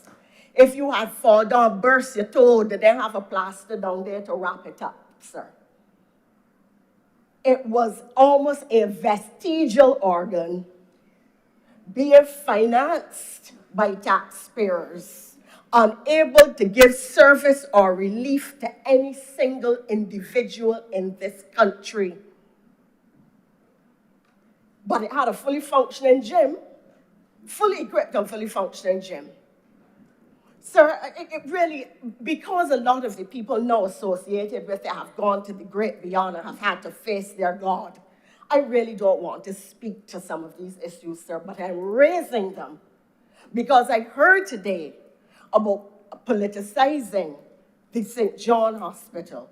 The thing was, sir, that we were so cash-strapped at the time, apart from the technical difficulties with St. John, we were so cash-strapped at the time that we had to immediately funnel millions of dollars back into the QEH in order to provide care and to keep some of the other polyclinics going, that a choice had to be made relative to, thank you very much, I was actually going to look for the figure, relative to what the needs were. In fact, sir, in 1991, the budget of health at the time, QEH, was $67 million. 1991. By 1994, it had dropped to 58 million because the money was being sent down to the St. Joseph Hospital. That is why there was no immediate resources to deal with the polyclinic in St. John. It wasn't any kind of political malice.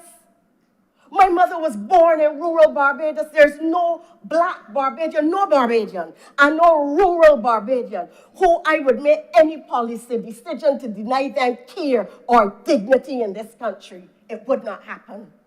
When I became a minister of government, I made a promise to myself. I'm going to tell you, sir, a personal story, because really this morning I became very annoyed. I did not intend to speak. I mean that.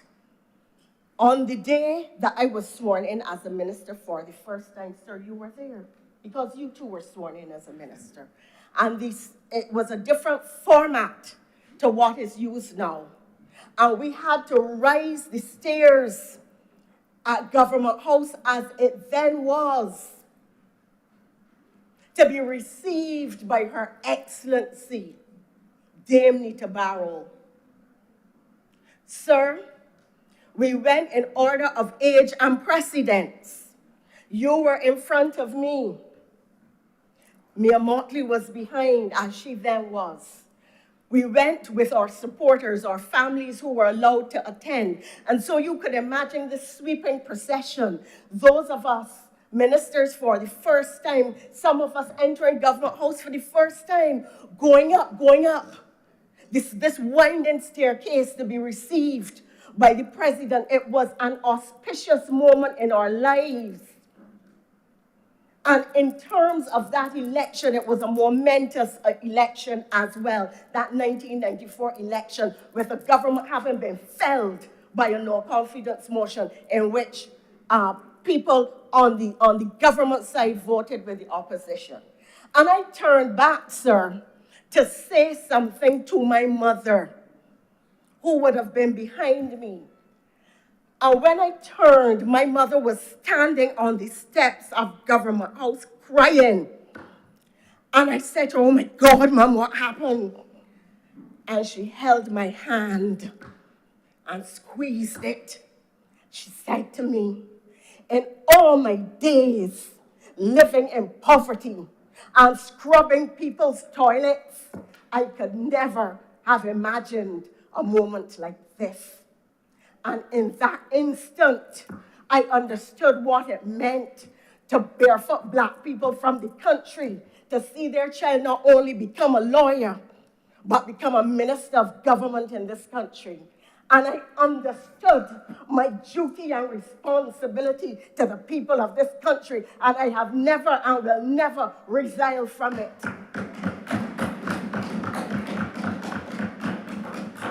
And I swore an oath that I would go to bed every night happy with the person whom I saw in the mirror, that person had gone to bed doing the best that they could every day. So please don't ever, ever, ever come in here again and accuse me of any kind of politicizing of something like health care. And you can sit and laugh.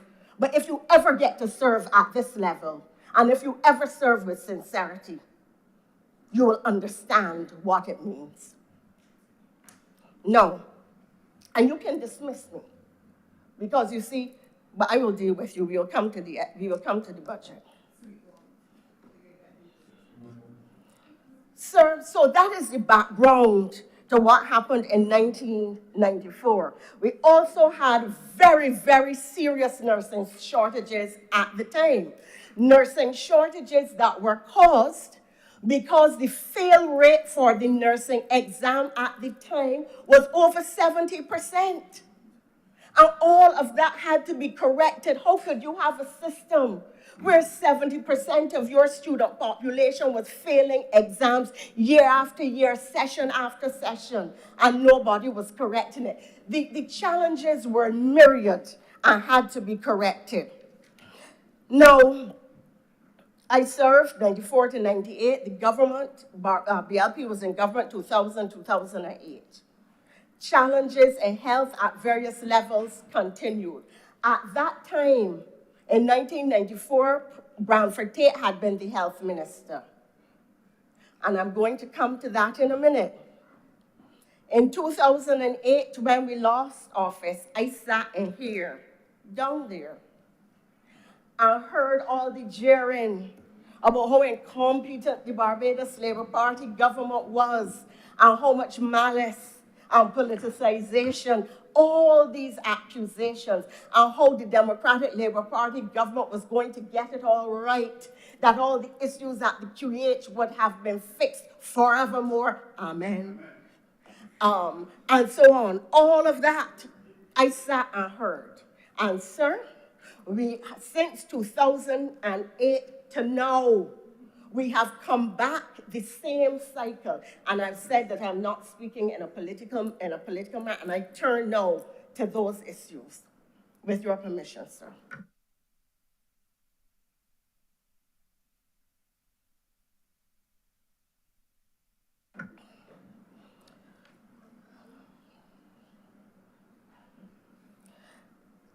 the levy, and I'm going to repeat, of which rates in, let's say $75 million, sir, is only part of what it costs to run the QEH. The QEH bill is $230 million. Let's understand that even though Barbadians make a contribution, that really our contribution is so minuscule to the overall healthcare costs. Sir, I had a problem in the United States. I spent 3 days in hospital. $25,000 US was what it cost. 3 days. I had a problem with a tooth. $3,000 to be paid upfront, even though I had insurance through the United Nations. So when we talk about health care, Barbadians get free health care. And it is not unreasonable to ask for a contribution. And yes, I agree that the public is, of course, entitled to understand how the money is spent. And I want to thank all those staff members who work diligently to ensure that care is delivered and that citizens get value for their money. I believe, sir, that we have to ask ourselves a number of questions relative to health. 70% of the QEH budget, after administrative costs are taken out, go towards the treatment of NCDs.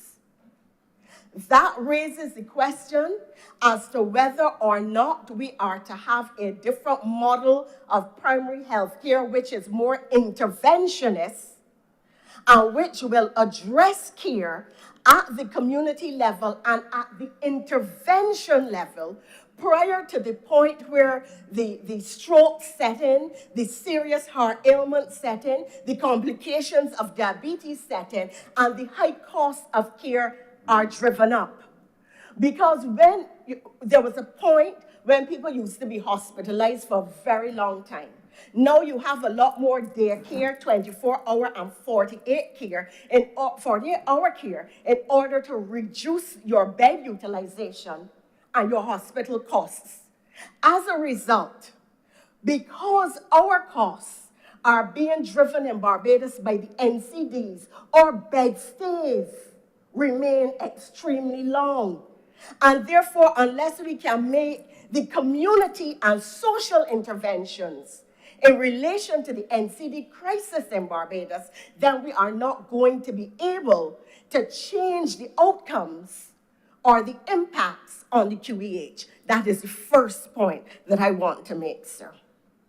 I move from there to the point to make this point. It is easy for the Honorable Senator to get up and try to ask questions, some of which some might think have political impact. I will say this.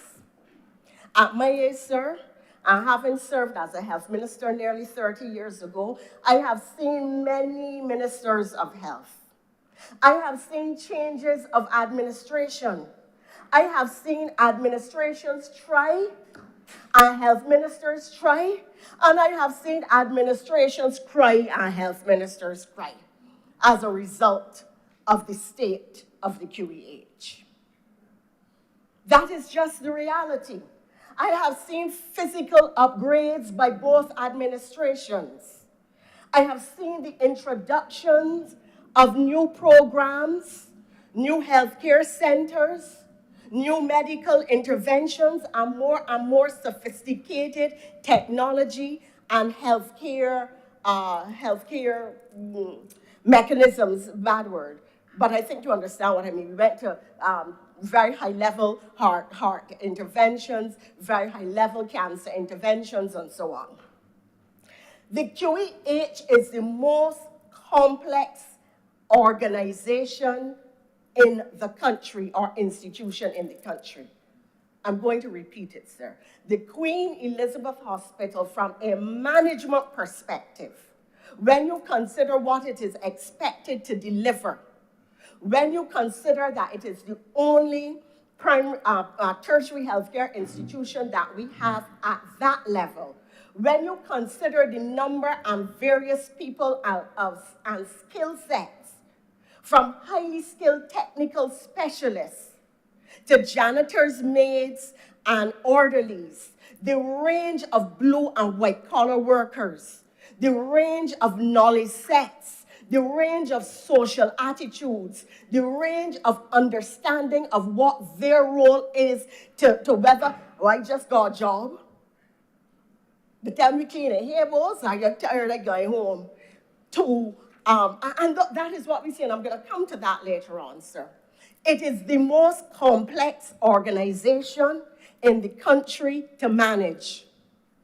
And if government has made an error in terms of the model at which it was looking, which was created not for political reasons, but for national improvement reasons, looking at the institution, identifying challenges and saying, what can we do differently to make a difference? And you have to admit that the person who is now or was the subject of the criticisms being made impliedly by the honorable senator really did do some good work during their time there at the hospital.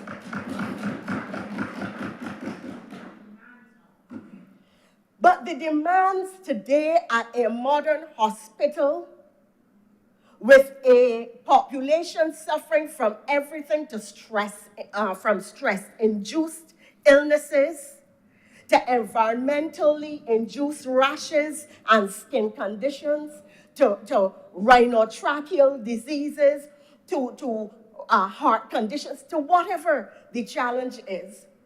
We are talking about a very large, complex organization.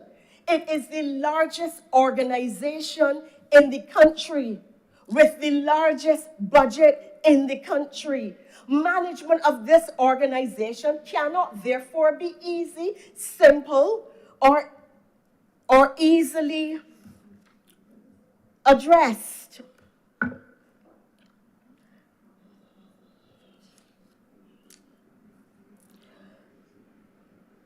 When I was a girl, sir, there was a health minister called Ramesses Scattle.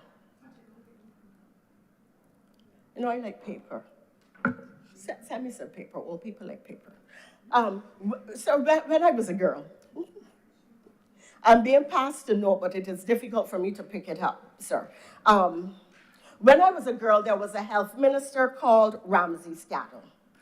And then, when I was still a girl, there was a health minister called Billy Miller.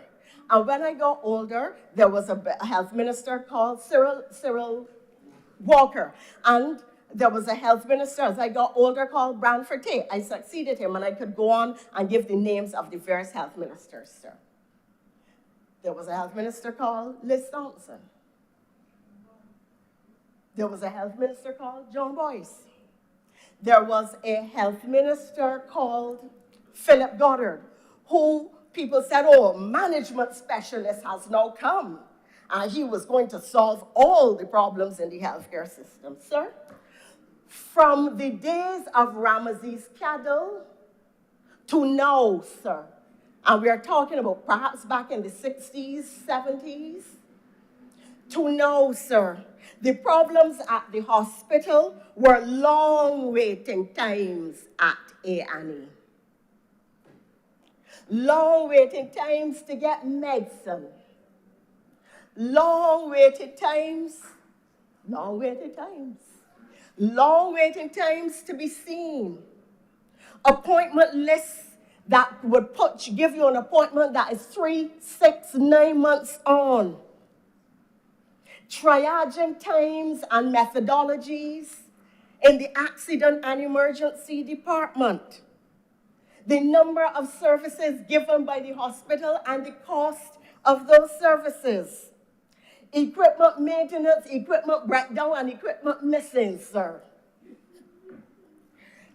When I came, there was the problem, sir, of people getting paid who were not even on staff members of the QEH. That was another big scandal that we had to deal with. dead people collecting money, sir. All of that the QEH has seen. I'm continuing with the problem, sir, that I have heard about since the days of Ramesses scandal. Adequate staff in various departments or inadequate staff so that when a particular person does not come to work, one staff member, that services cannot be provided in the department because that person may be a critical member of the caregiving team, and service cannot be delivered without that particular individual. Somebody who is operating a critical piece of equipment. So equipment, apart from maintenance breakdown, whether we have the right set of equipment or the wrong set of equipment, that has also been a challenge. What is the right type of equipment for a hospital the size of ours, expected to deliver care to the number of people it delivers to act as a training hospital for the number of interns for which it must act?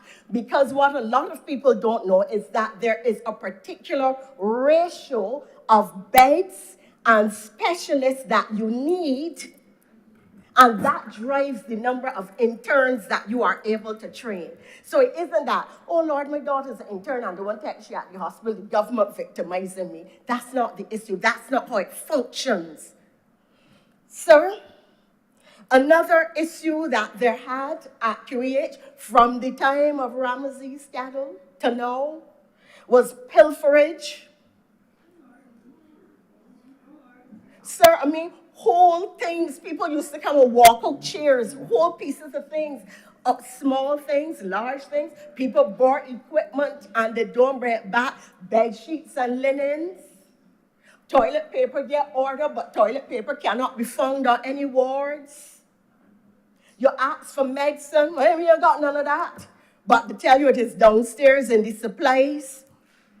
Sir, another challenge has been the fact of complaints that the hospital is too specialist-driven by consultants who give their private patients priority over public patients. All of these are the complaints that you're hearing now, and these were the complaints you heard when Cattle, when Miller, Thompson, Walker, Tate, Walcott, everyone. Well, I ain't talking about Innes at all. Oh, no, the complaints under Innes were bad. Boys, every health minister, we've heard the same complaints. I can speak now, sir, as an old woman on the eve of retirement. It is time for us to really ask the serious question. Oh, one last thing. Yes, I'm going to come back to that. What are the systemic problems at the QEH? That's what it is. It is not politics. It is not BLP malice or BLP mismanagement. It is not DLP malice or DLP it is DLP mismanagement. It is not, but it's not DLP malice, sir. But it is some measure of DLP mismanagement. The issue, therefore, is what are the systemic issues confronting the QEH as a national institution? The institution that if any one of us drops down in here now, I don't care how much money we have to be rushed there. That people like my mother who know what it is to clean people's toilets for a large part of their life, they have to be rushed there.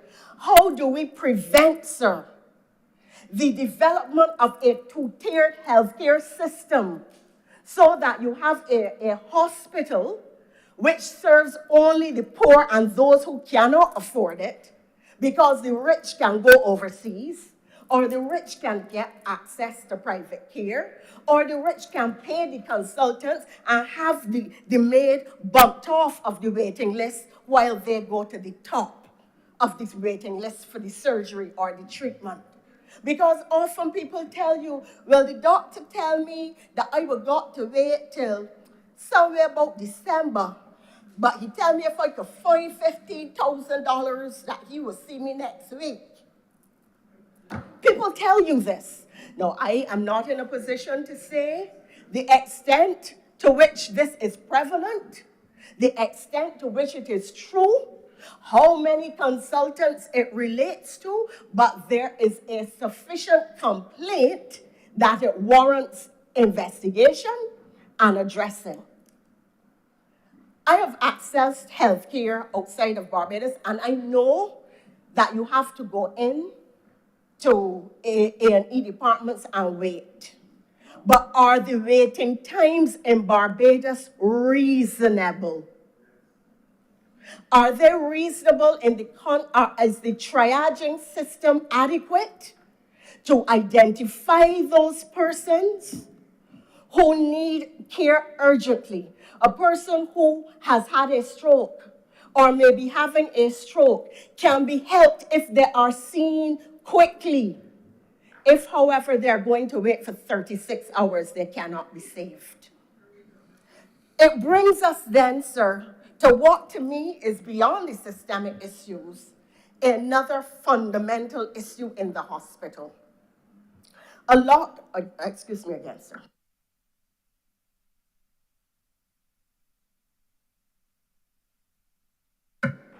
A lot of what people complain about, and there's no issue that our people are highly skilled and can do exceptional work.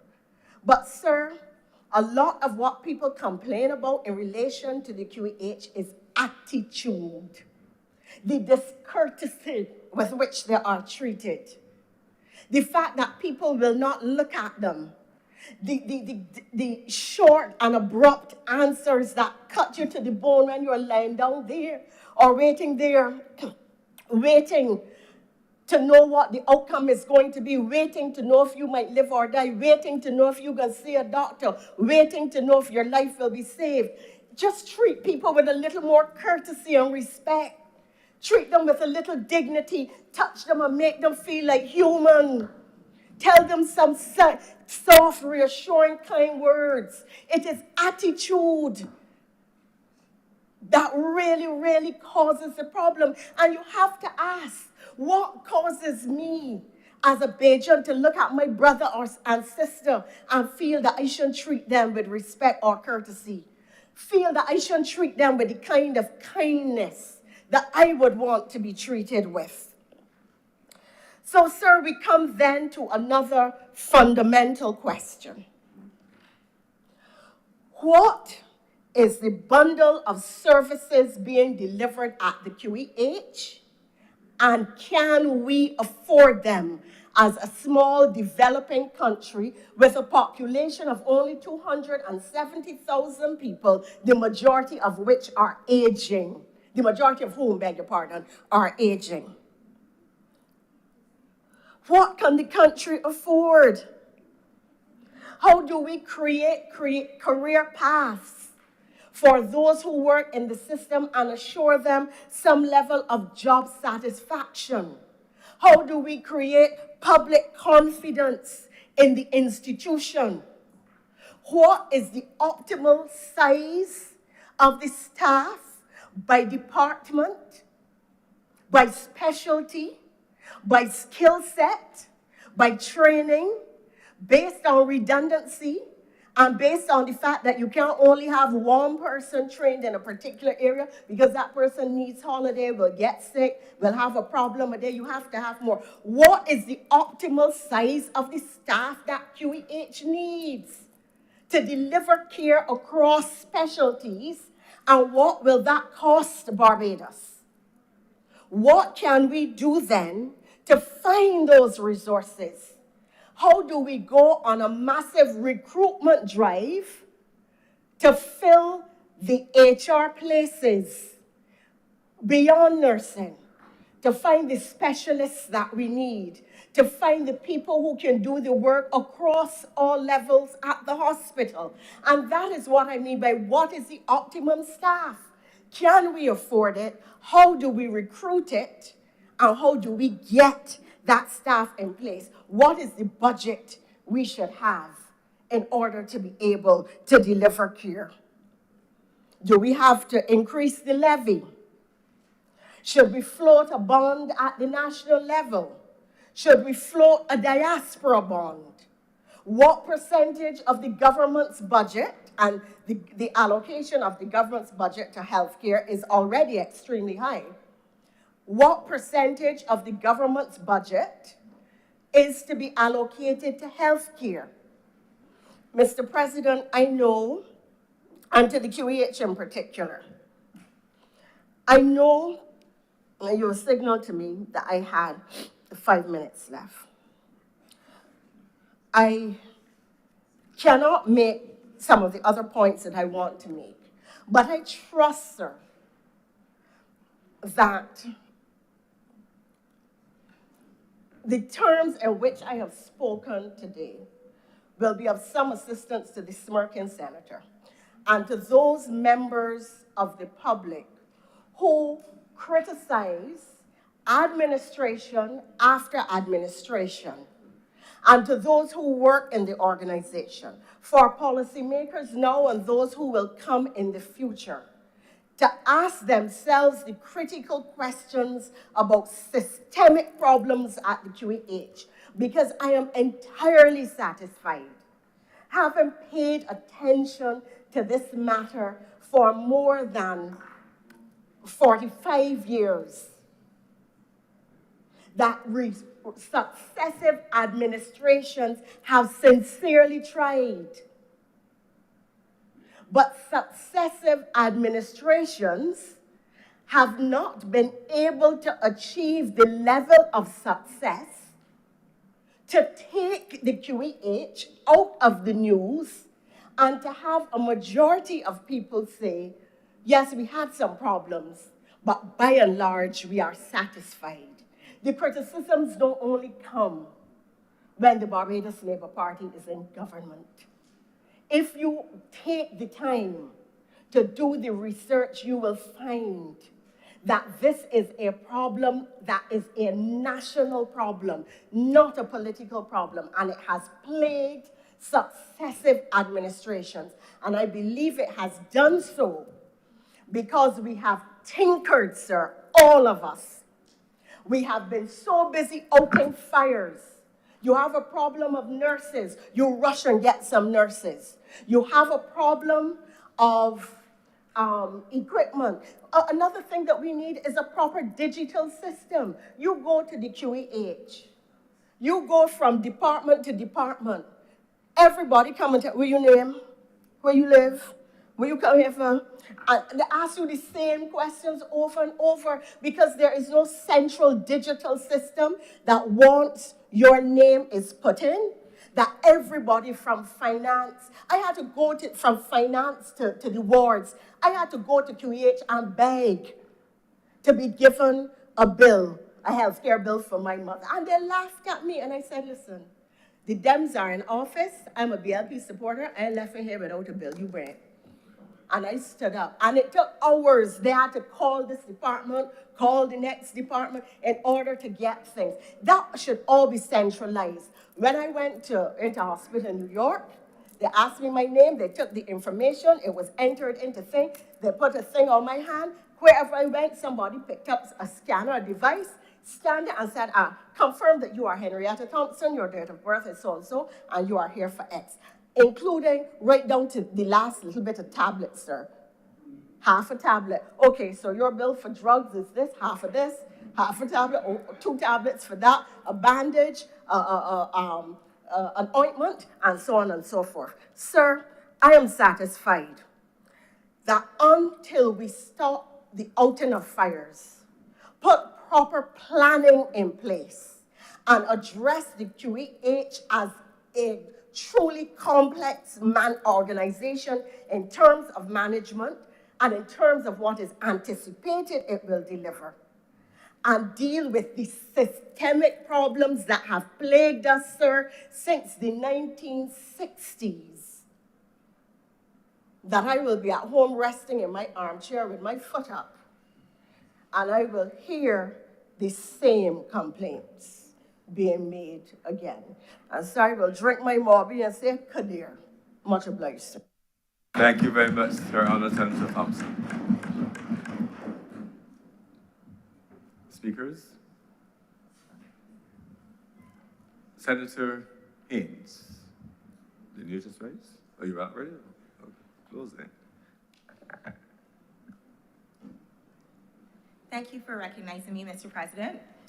The QEH, as Senator Thompson would have explained, is a common issue of public debate, as she explained, because it is the largest institution in the country. We are the largest and single employer in Barbados. And at the end of the day, whether you are a member of the Senate or a member of the general public, the buck always stops at us. There are a plethora of private healthcare institutions popping up, but at the end of the day, you can go to Sandy Crest, you can go anywhere else, but usually if there's a complication, you will end up in A&E. And that is in large part because the range of specialist services and specialist skills are concentrated at our only primary care institution, at our only tertiary care institution. And I just wanted to start by saying that in spite of all of the complaints that we commonly hear in the public domain, we have the most dedicated team of public servants who, regardless of board, who, regardless of minister, are there day in and day out, keeping the institution afloat, even through the transition period that we have gone through between having the former executive chairman and the incoming CEO come into place. I think in a large part, the public discourse around the hospital tends to be negative, but it is unfairly so because overwhelmingly the concentration of the debate is centered around experiences in the accident and emergency department. And those experiences, like the member for the opposition said, are real experiences that we have to acknowledge. We have to acknowledge and accept where we have failed, where we haven't met the mark.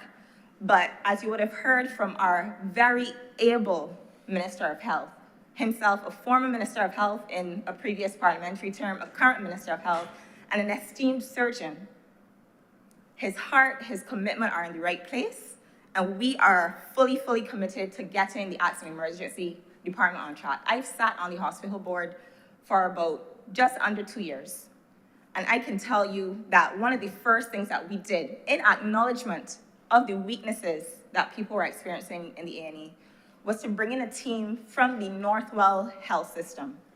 Northwell is the largest single private healthcare provider in the entire northeastern United States. And they had a dedicated team come down to Barbados to assess what exactly would be the niggling issues plaguing the accident emergency department. You would be surprised to look at that report to find out what they said.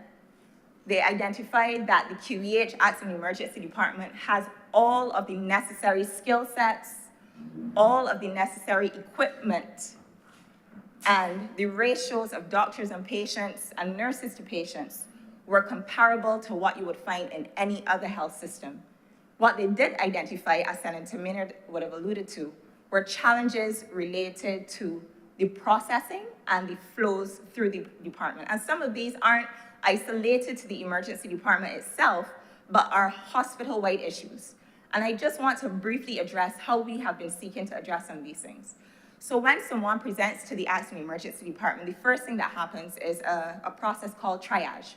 Basically what we do, you come in with a specific complaint, and based on the nature of the complaint, we are able to identify, okay, this is a gunshot wound that might have to go to operating theater, or this is someone who has stumped their toe and might have to sit and wait. There are different levels of urgency required to attend to different complaints. What we've actually managed to do is, based on our triage system, you're labeled either level 1 down to level 5 being the least urgent, and we've restructured the triage system in a way that they're dedicated teams. So there's a team specifically responding to the urgent and emergent cases, the middle tier cases, and then the non-urgent cases. So we're tackling it from 3 different ends to make sure that there's some responsiveness happening. And rather than people that stop till waiting for 4 days, there's always someone there still trying to process them, while of course making that the most urgent, life-threatening injuries the strokes, the heart attacks, and the life-threatening injuries can get the care that they need. But just so you know, the accident emergency has the requisite staffing levels. The staff are qualified, competent. We've made the relevant resources available in terms of testing and all of these different things. You would have also heard the Minister of Health make reference to further investments happening, not just in the physical expansion of the plant, but investment in terms of human capital. In the upcoming budget, and I will encourage everyone to follow in what's happening the other place tomorrow, you will hear more about investments in human capital. The minister has alluded to the fact that there's additional staff being assigned to the Accident and Emergency Department within the coming financial year, but we have looked at issues related to flow through the department. One of the other things I wanted to address was the issue of what we call bed block. So typically what's happening, you've already been assessed by the Accident and Emergency team, and this is where a lot of the bottlenecking happens. A&E has done their job, but you are still in the department. Usually there's a case where the Accident and Emergency doctor now has to refer you onward to a surgeon, to a gynecologist, whatever the case may be. That gynecologist might be upstairs in surgery. That surgeon might be on the floor seeing patients already. So sometimes there's a bit more weight added to the process because of that. And I think a lot of times people don't understand the processes that are happening, but what we have been able to do is to implement what is called a bed management unit with a dedicated bed manager whose job it is specifically to look for opportunities for us to find patients who are well enough to, well, they've convalesced, you can go home and we can continue your care as an outpatient. So we're actively looking at ways of freeing up beds on the upper floor in order to decant the A&E and to help get the process going. One of the other long-standing issues that we've had is that with elderly for care patients and young for care patients. You will be surprised to know that as recently as December, so we average roughly 40 elderly for care patients a month. We narrowed that load down to 2. We basically were able to get the patients off to geriatric hospital, district hospitals, and nursing homes that the government supplements the care. By the next month, we were back up at 36. So we also have an issue. Sometimes there's social circumstances where the family members can't commit to looking after someone with dementia. They might have a feeding tube, different issues. You can't always judge people whose relatives end up in these situations. But these are some of the realities that are creating a direct impact on your experience, your patient care, your wait times in the ER.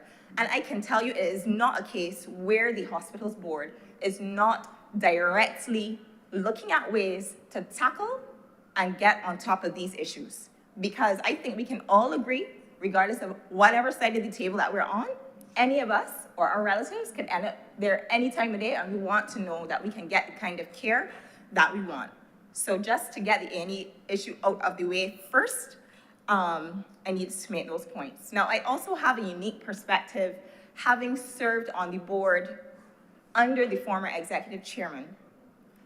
And as I've sat here, I feel like she's been dealt with quite unfairly. We've heard that we've made a mistake. We've heard about whatever bad ideas she's had brought to bear. I first off want to say, because many suggestions have been made that the decision was a political one. Many people might not be aware of the former executive chair's background. She's an attorney at law, first off. She holds a master's in healthcare administration, health policy, and health economics. She served as a regional director for, I won't call the name of the organization, but it's an international body that manages healthcare regionally. And she took a pay cut to take the job that she took. I'm going to put to you that regardless of who she's married to, she was highly competent, highly qualified, and I can tell you what we were able to accomplish as a board with her as our executive chairman. A joint program that was defunct for a decade was reinstated. Started back doing knees, and started back doing knee replacements and hip replacements under her tenure. A backlog of 490 cataracts We got the ophthalmologist to clear that backlog within probably 2 months. Backlog that was there for years, dating back to my time. 3 wards were renovated. We renovated B4, C5, and Ward C9. We increased the ambulance fleet. One time people calling the ambulance service can't get an ambulance. Went from 5 ambulances to 9 ambulances under her tenure. We got the cancellation rates for surgeries down. We started implementing a system where we're encouraging surgeons to start surgery at 8 a.m. sharp to keep the operation day on time. We doubled the revenue generated from the hospital, from private patients, because we're using the funds generated from private patients to supplement the care that's being offered to people who might not be able to afford private care. The 24-hour cardiac suite program was started under the former executive chairman. We also started a special national project, and this was one of the Prime Minister's special initiatives. It's called the Transitional Community Care Program. And what we were aiming to do, once again, back to accident and emergency. There are many patients, as the Honorable Deputy Speaker made reference to, who have chronic non-communicable diseases, whether it's hypertension, diabetes, kidney issues, they're on dialysis, and they're what we call frequent flyers. They come to A&E all the time because there's always something wrong. With that in mind, we established a special community-based unit comprised of doctors, nurses, and community health liaison officers that go directly in the communities to people's homes. They're helping with dressings. They're making sure that they take their medications on time, because we're trying to keep you from coming back to the same A&E that's overwhelmed with surgeries all the time. That was something that was steered by the former executive chairman. We also started the patient relations department, headed by a physician. They have a call desk, a help desk. We started also doing the pharmacy delivery program. One of my mother's neighbors, an old gentleman that has a disability, he's able to get his medication delivered to his home. All of those are programs that were steered under her. Not to mention, nobody who's spoken so far mentioned that we were in a pandemic for 3 years. We saw a situation where we had to build up Harrison's Point. Harrison College became a field hospital. Queens College became a field hospital. Primary schools became field hospitals. I think we almost forget that we just lived through one of the most earth-shattering experiences, and the same executive chairman was at the helm, working shoulder to shoulder with the Minister of Health and his team, making sure that we didn't have the level of deaths as a result of COVID that could have resulted. We watched our neighbors to the north struggle. We watched a mass grave being dug in New York City. But the head of the WHO could commend Barbados on its management of the COVID-19 pandemic, in large part because of the same executive chairman that we're bashing. And I just wanted to stand up as someone who has worked alongside her to also say, typically, boards in the public sector meet once a month.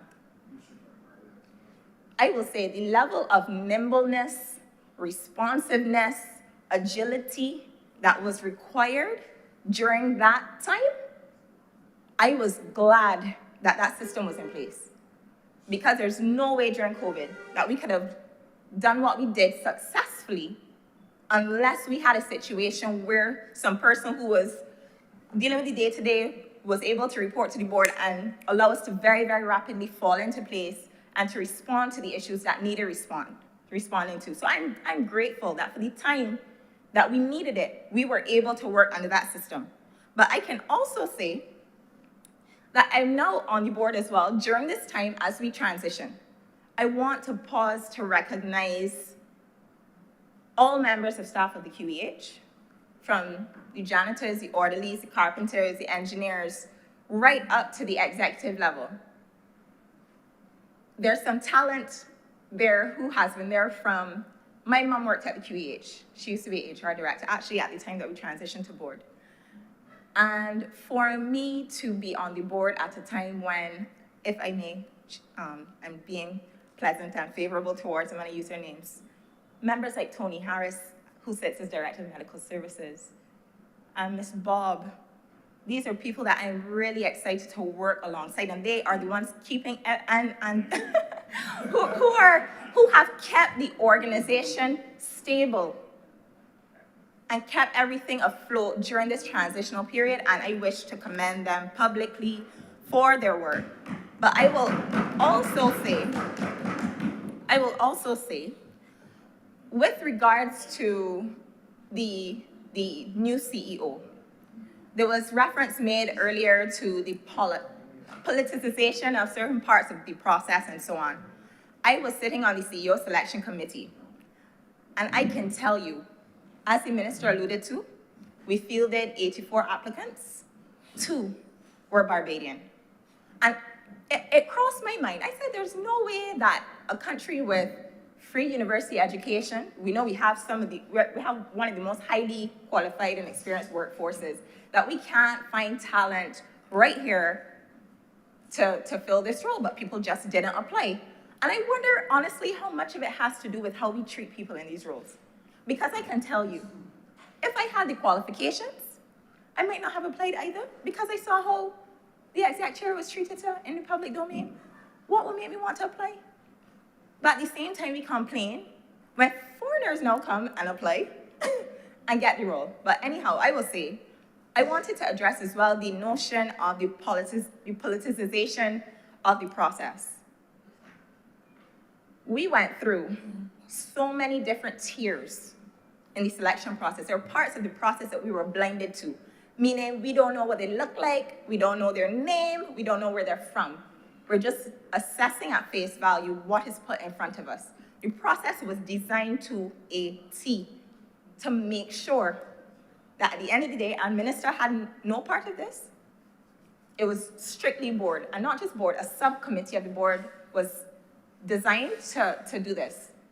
I can tell you parts of the process were blinded. We didn't even know where they were from, what they looked like. We were just strictly looking at what are the qualifications, what are the experience, what are the personality traits, because we're not just looking at, we want to make sure that they can adjust culturally as well too.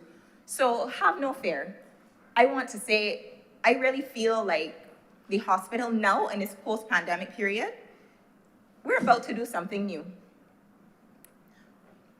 And I think, there's a saying, it goes, the day that you plant the seed is not the day that you eat the fruit. And right now, I could see the heart and passion of the minister. I think we have a very able champion at the helm of the ministry. And we are about to make some serious investment in our health system. The hospital is 60 years old this year. So naturally, the infrastructure is falling apart, the equipment is aging out, issues with the incinerator, all of that. We have a $130 million capital expenditure project that is about to be rolled out that will be addressing things like the incinerator issue that has been smoking out people in Bridgetown, much to my chagrin. And we are looking not for another incinerator necessarily, but if possible, we want to find a more environmentally sustainable option that won't be billowing smoke out, because we have to walk the talk. Our Prime Minister is a climate champion. We're making sure that the technology that we select will be one that is on par with what her messaging is. On top of that, you would have heard the minister make references to investment in new equipment. When you raise the point about the levy doesn't come to me. The levy is going to support the delivery of health care to the same people who are paying in, and some who can't.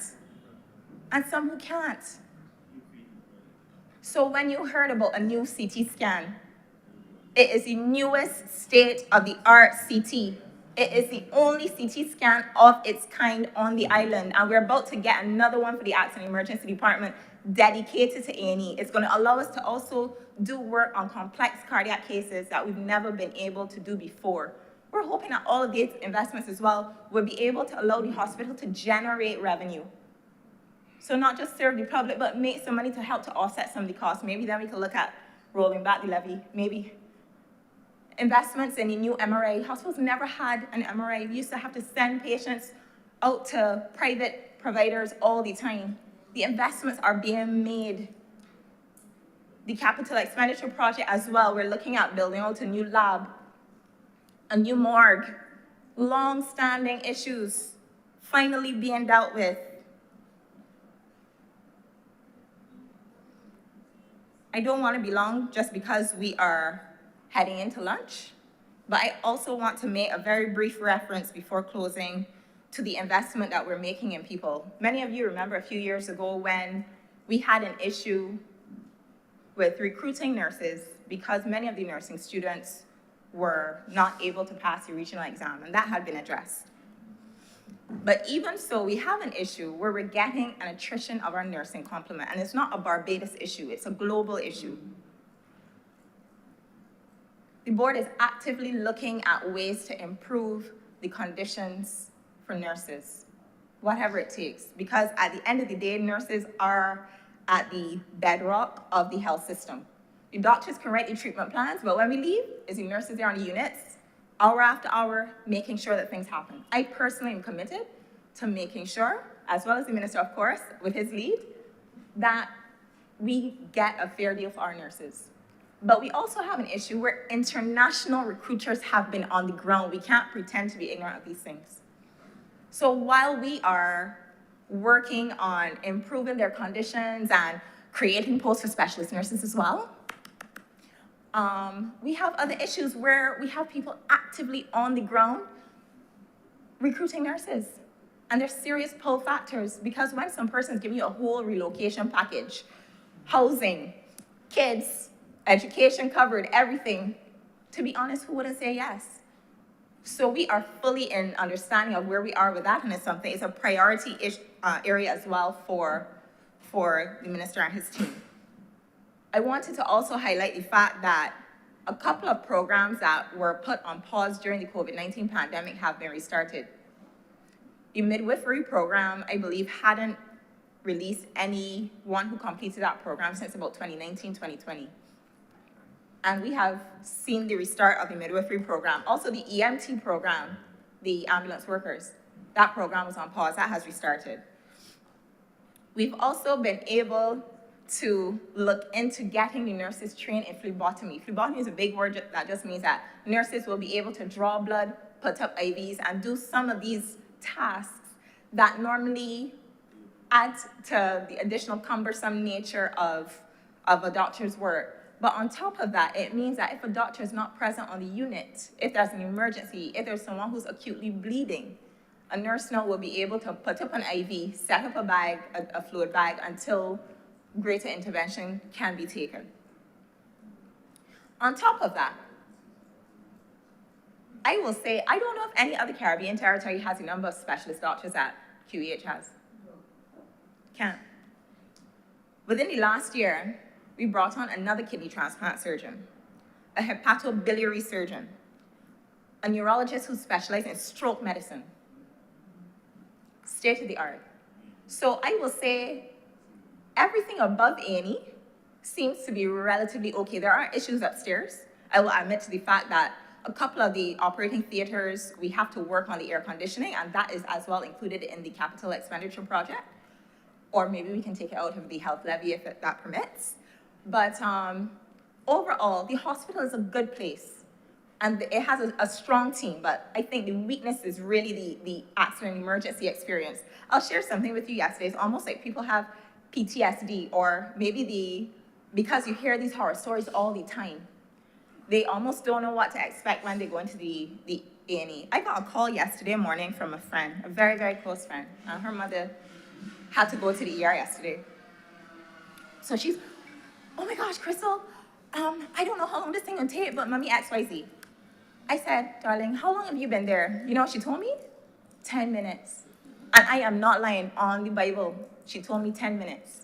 I said, okay, well, a couple of things have to happen before, because she wanted me to try to expedite. You know, ultimately, I didn't have to. Her mother was on a bed by yesterday evening, on a ward.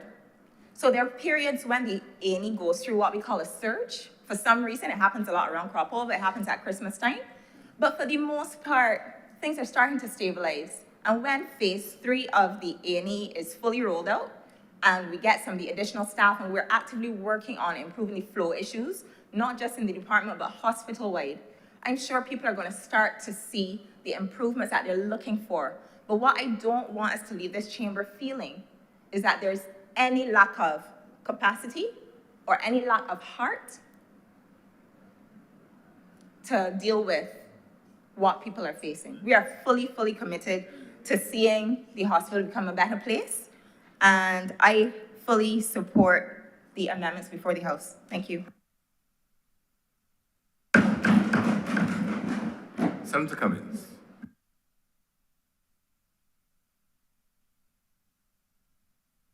Senator Canon, Dr. Rogers. Thank you very much, Mr. President, for affording me this opportunity to speak for a few minutes. I will not delay lunch, but I rise to support this amendment in the return to the status quo. Prior to 2019, we would have been here in 2019 when we made this change. And I'm sure that some may want to ask the question, as I've heard this morning, so what has happened now? Why? But I wouldn't touch that as yet, sir. With your guidance, sir, your permission, I wish to just give a little preamble as a segue into my substantive point that I wish to make, seeing that so much has happened since I left. I leave the island for 2 weeks, and there are these seismic changes within the chamber, etc. I would like to attribute it to me, but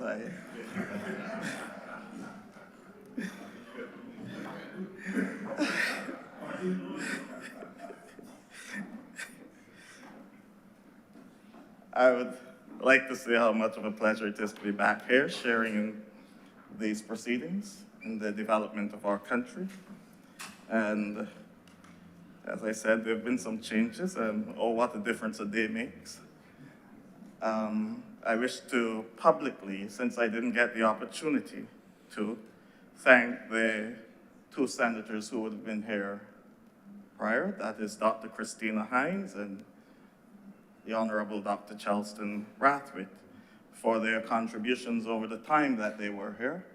I believe that Senator Brathwaite was very instrumental in bringing to the floor the focus on food security in Barbados, something that I believe that I would want to continue to highlight in this chamber. And Senator Hines was very instrumental in pushing, Dr. Hines, for pushing for child protection. And when that legislation, the child protection and child justice bills do come, I certainly will be consulting her. I haven't asked her yet, but for any input that she would want to make or have made in this chamber on her behalf due to her passion on it.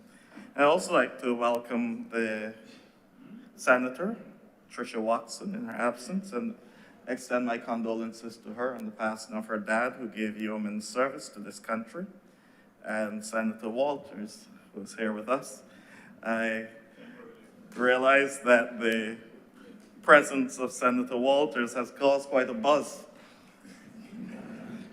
that we were not used to for some time in this chamber. So I look forward to the back and forth and the other things that will come as a result of it.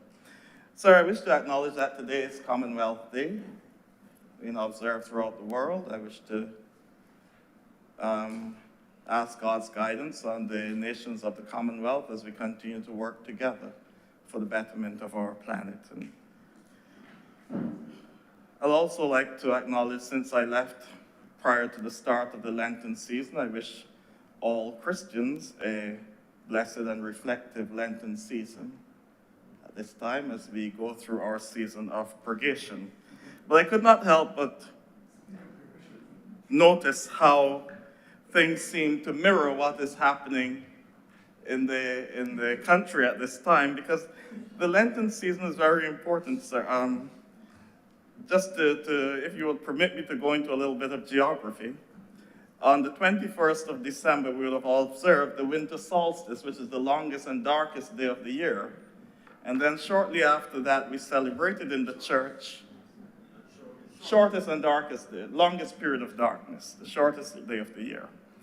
And then shortly after that, we would have observed our season of light when we gave thanks for the coming of light. And just as the days are getting longer on the outside, the Christian people are encouraged to acknowledge the light coming into the world. And then we move to the season of Epiphany, which is when the days are getting brighter and brighter, and the church calls us to become more illumined. It's a period of illumination. I know I'm not going to stay too long now. This period of illumination, and then we go into Lent, the series of the period when the days are getting longer, and that's what the word Lent means. It's not really a spiritual word or anything. It just means the time when the days are getting longer. And we use it as a time of purgation in preparation for what we consider to be the highlight of the Christian year, which comes shortly after the spring equinox. And that is the time when the light overcomes the darkness in the world. And we celebrate Easter. And I was reflecting upon this, on the political things that have been emerging in the country, and I couldn't help but notice that the change came during the season of Epiphany, the season of enlightenment. The people who walked in darkness have seen a great light. That is the quote that is often used. And I suspect that if we were looking at it from the perspective of one group of people, it would be in anticipation of a great Easter at some point in time, when the light will overcome the darkness. But we can also look at it the other way, sir, that we are debating this bill during the season of purgation, the time when we're called to look deep within and repent. And repent really comes from the Greek metanoia, which means a change of mind. And it is good that, as I heard the honorable minister speak this morning, the reason he gave why the reversal of the policy of 2019, he said it's just that the process now does not work efficiently. So there's been a metanoia moment for the government, and we congratulate them on the change of mind that they've had in bringing this particular bill to us at this time. So I applaud the minister for his repentance, and repentance there in the true sense of the word, metanoia. It's a good Roman, sir. But on a serious note, I've listened to all that has transpired here this morning. I just want us to remember that we are talking about the health of our people, and this is our principal tertiary health care institution. And there's nothing political about it when it comes to the health of our people. Because as I've said before in this chamber, I've said in other places, long before there were political parties, we were people never meant to be. When we get the opportunity to govern ourselves, we do what is necessary for the betterment of all. And so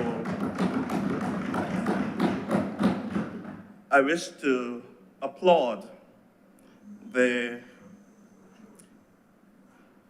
maturity of the government, thank you, for recognizing that we need to make the decisions necessary to make this institution the best it can possibly be. But that being said, as Senator Haynes so passionately articulated just now, let us not be beating people up. Let us just give thanks for what good work would have been done over the period of time, and thank the past executive chairman for her stewardship of the institution. It is not an easy institution to run. It will never be, as long as we continue the type of health care policies that we have in the country. It is the envy of many, but recognize that it comes at a great price, and it will never, ever be easy to manage this institution.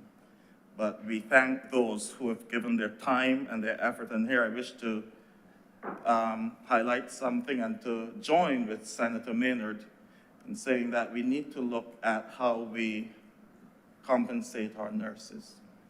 I've often said that, strangely, he chose teaching as well, because nursing and teaching are what I call two quasi-vocational type jobs, where you cannot really pay a teacher for what he or she does when the teacher really puts his or her all into it. And the same thing is true for nursing. But at the same time, these people still have to shop at the same supermarkets that everybody else is called to shop at, and sometimes the prices are not set for their salary levels. And so we have to look at how we can better compensate them for the human service they give to us. I believe that some, perhaps on the outside, would be saying that this is an I told you so moment, because the problem that was perceived in 2019, though the minister this morning pointed out that there's been a long call for greater autonomy. The problem that was perceived by some, I believe, was more of centralization of the management of the QEH in one and the same person. And that is always dangerous, but as I said, the executive chairman did her best. And it would always been a challenge, because as I reflected on it, I remember the calypso by the Mighty Spoiler. The Mighty Spoiler had a calypso about a magistrate who was going to court one morning and was stopped by the police. And the police charged him for speeding.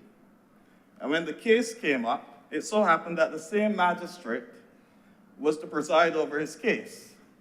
And he decided not to have any legal representation, he represented himself. So when the officer got up and accused the driver of speeding, the officer said the driver was speeding, and then himself told himself the officer is lying.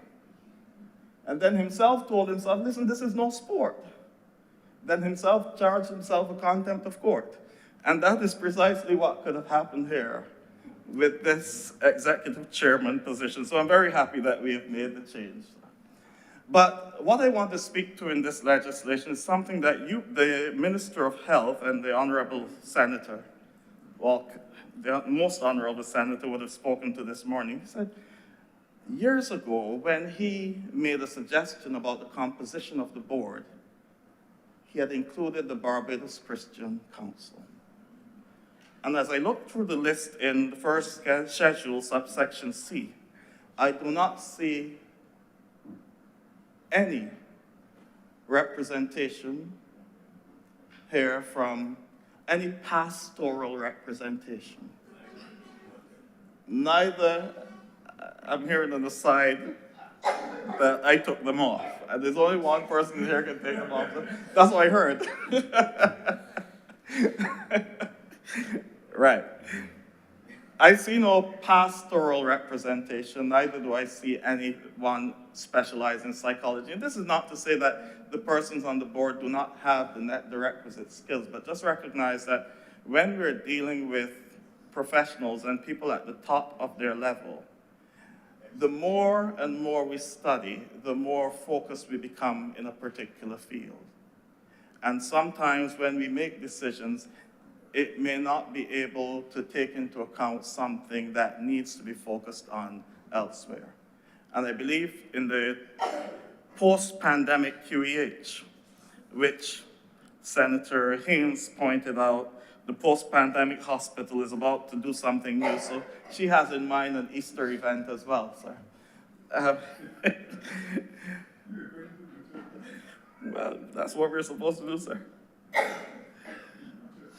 In a post-pandemic QEH, in the post-pandemic world, one of the key things that we've seen coming out of the pandemic has been, how should care be apportioned?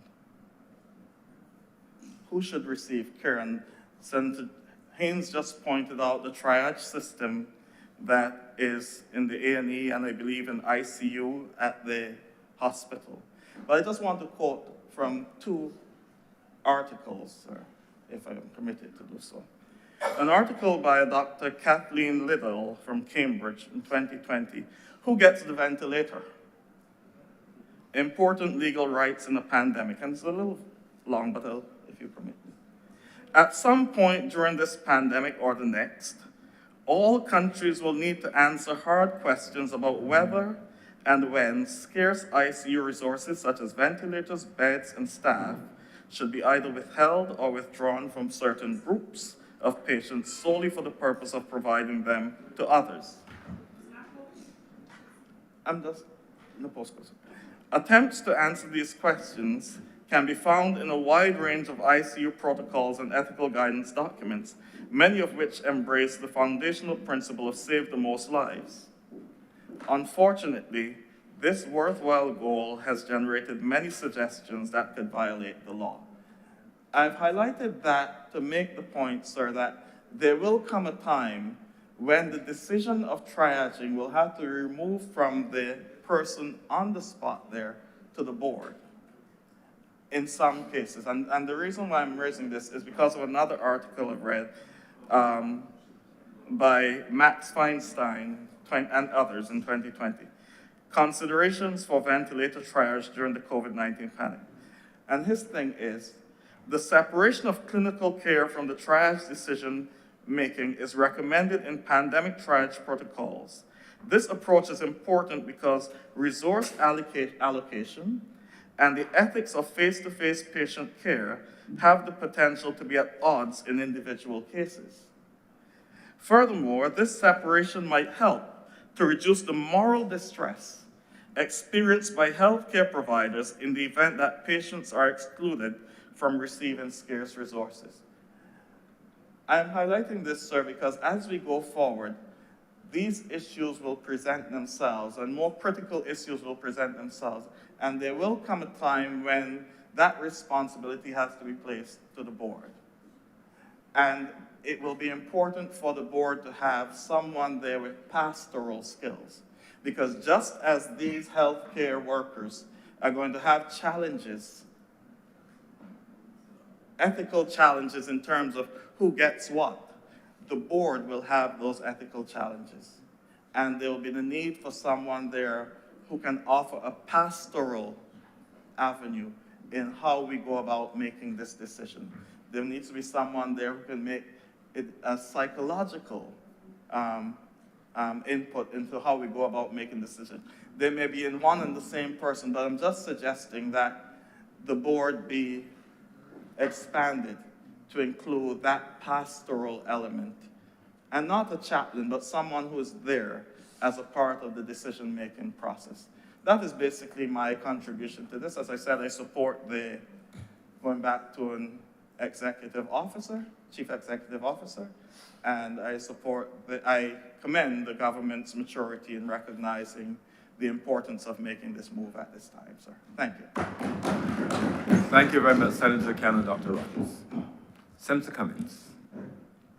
Thank you very much, Mr. President. I beg to move the suspension of this chamber for the lunch period, and I beg to move that this Senate be suspended until 3 p.m.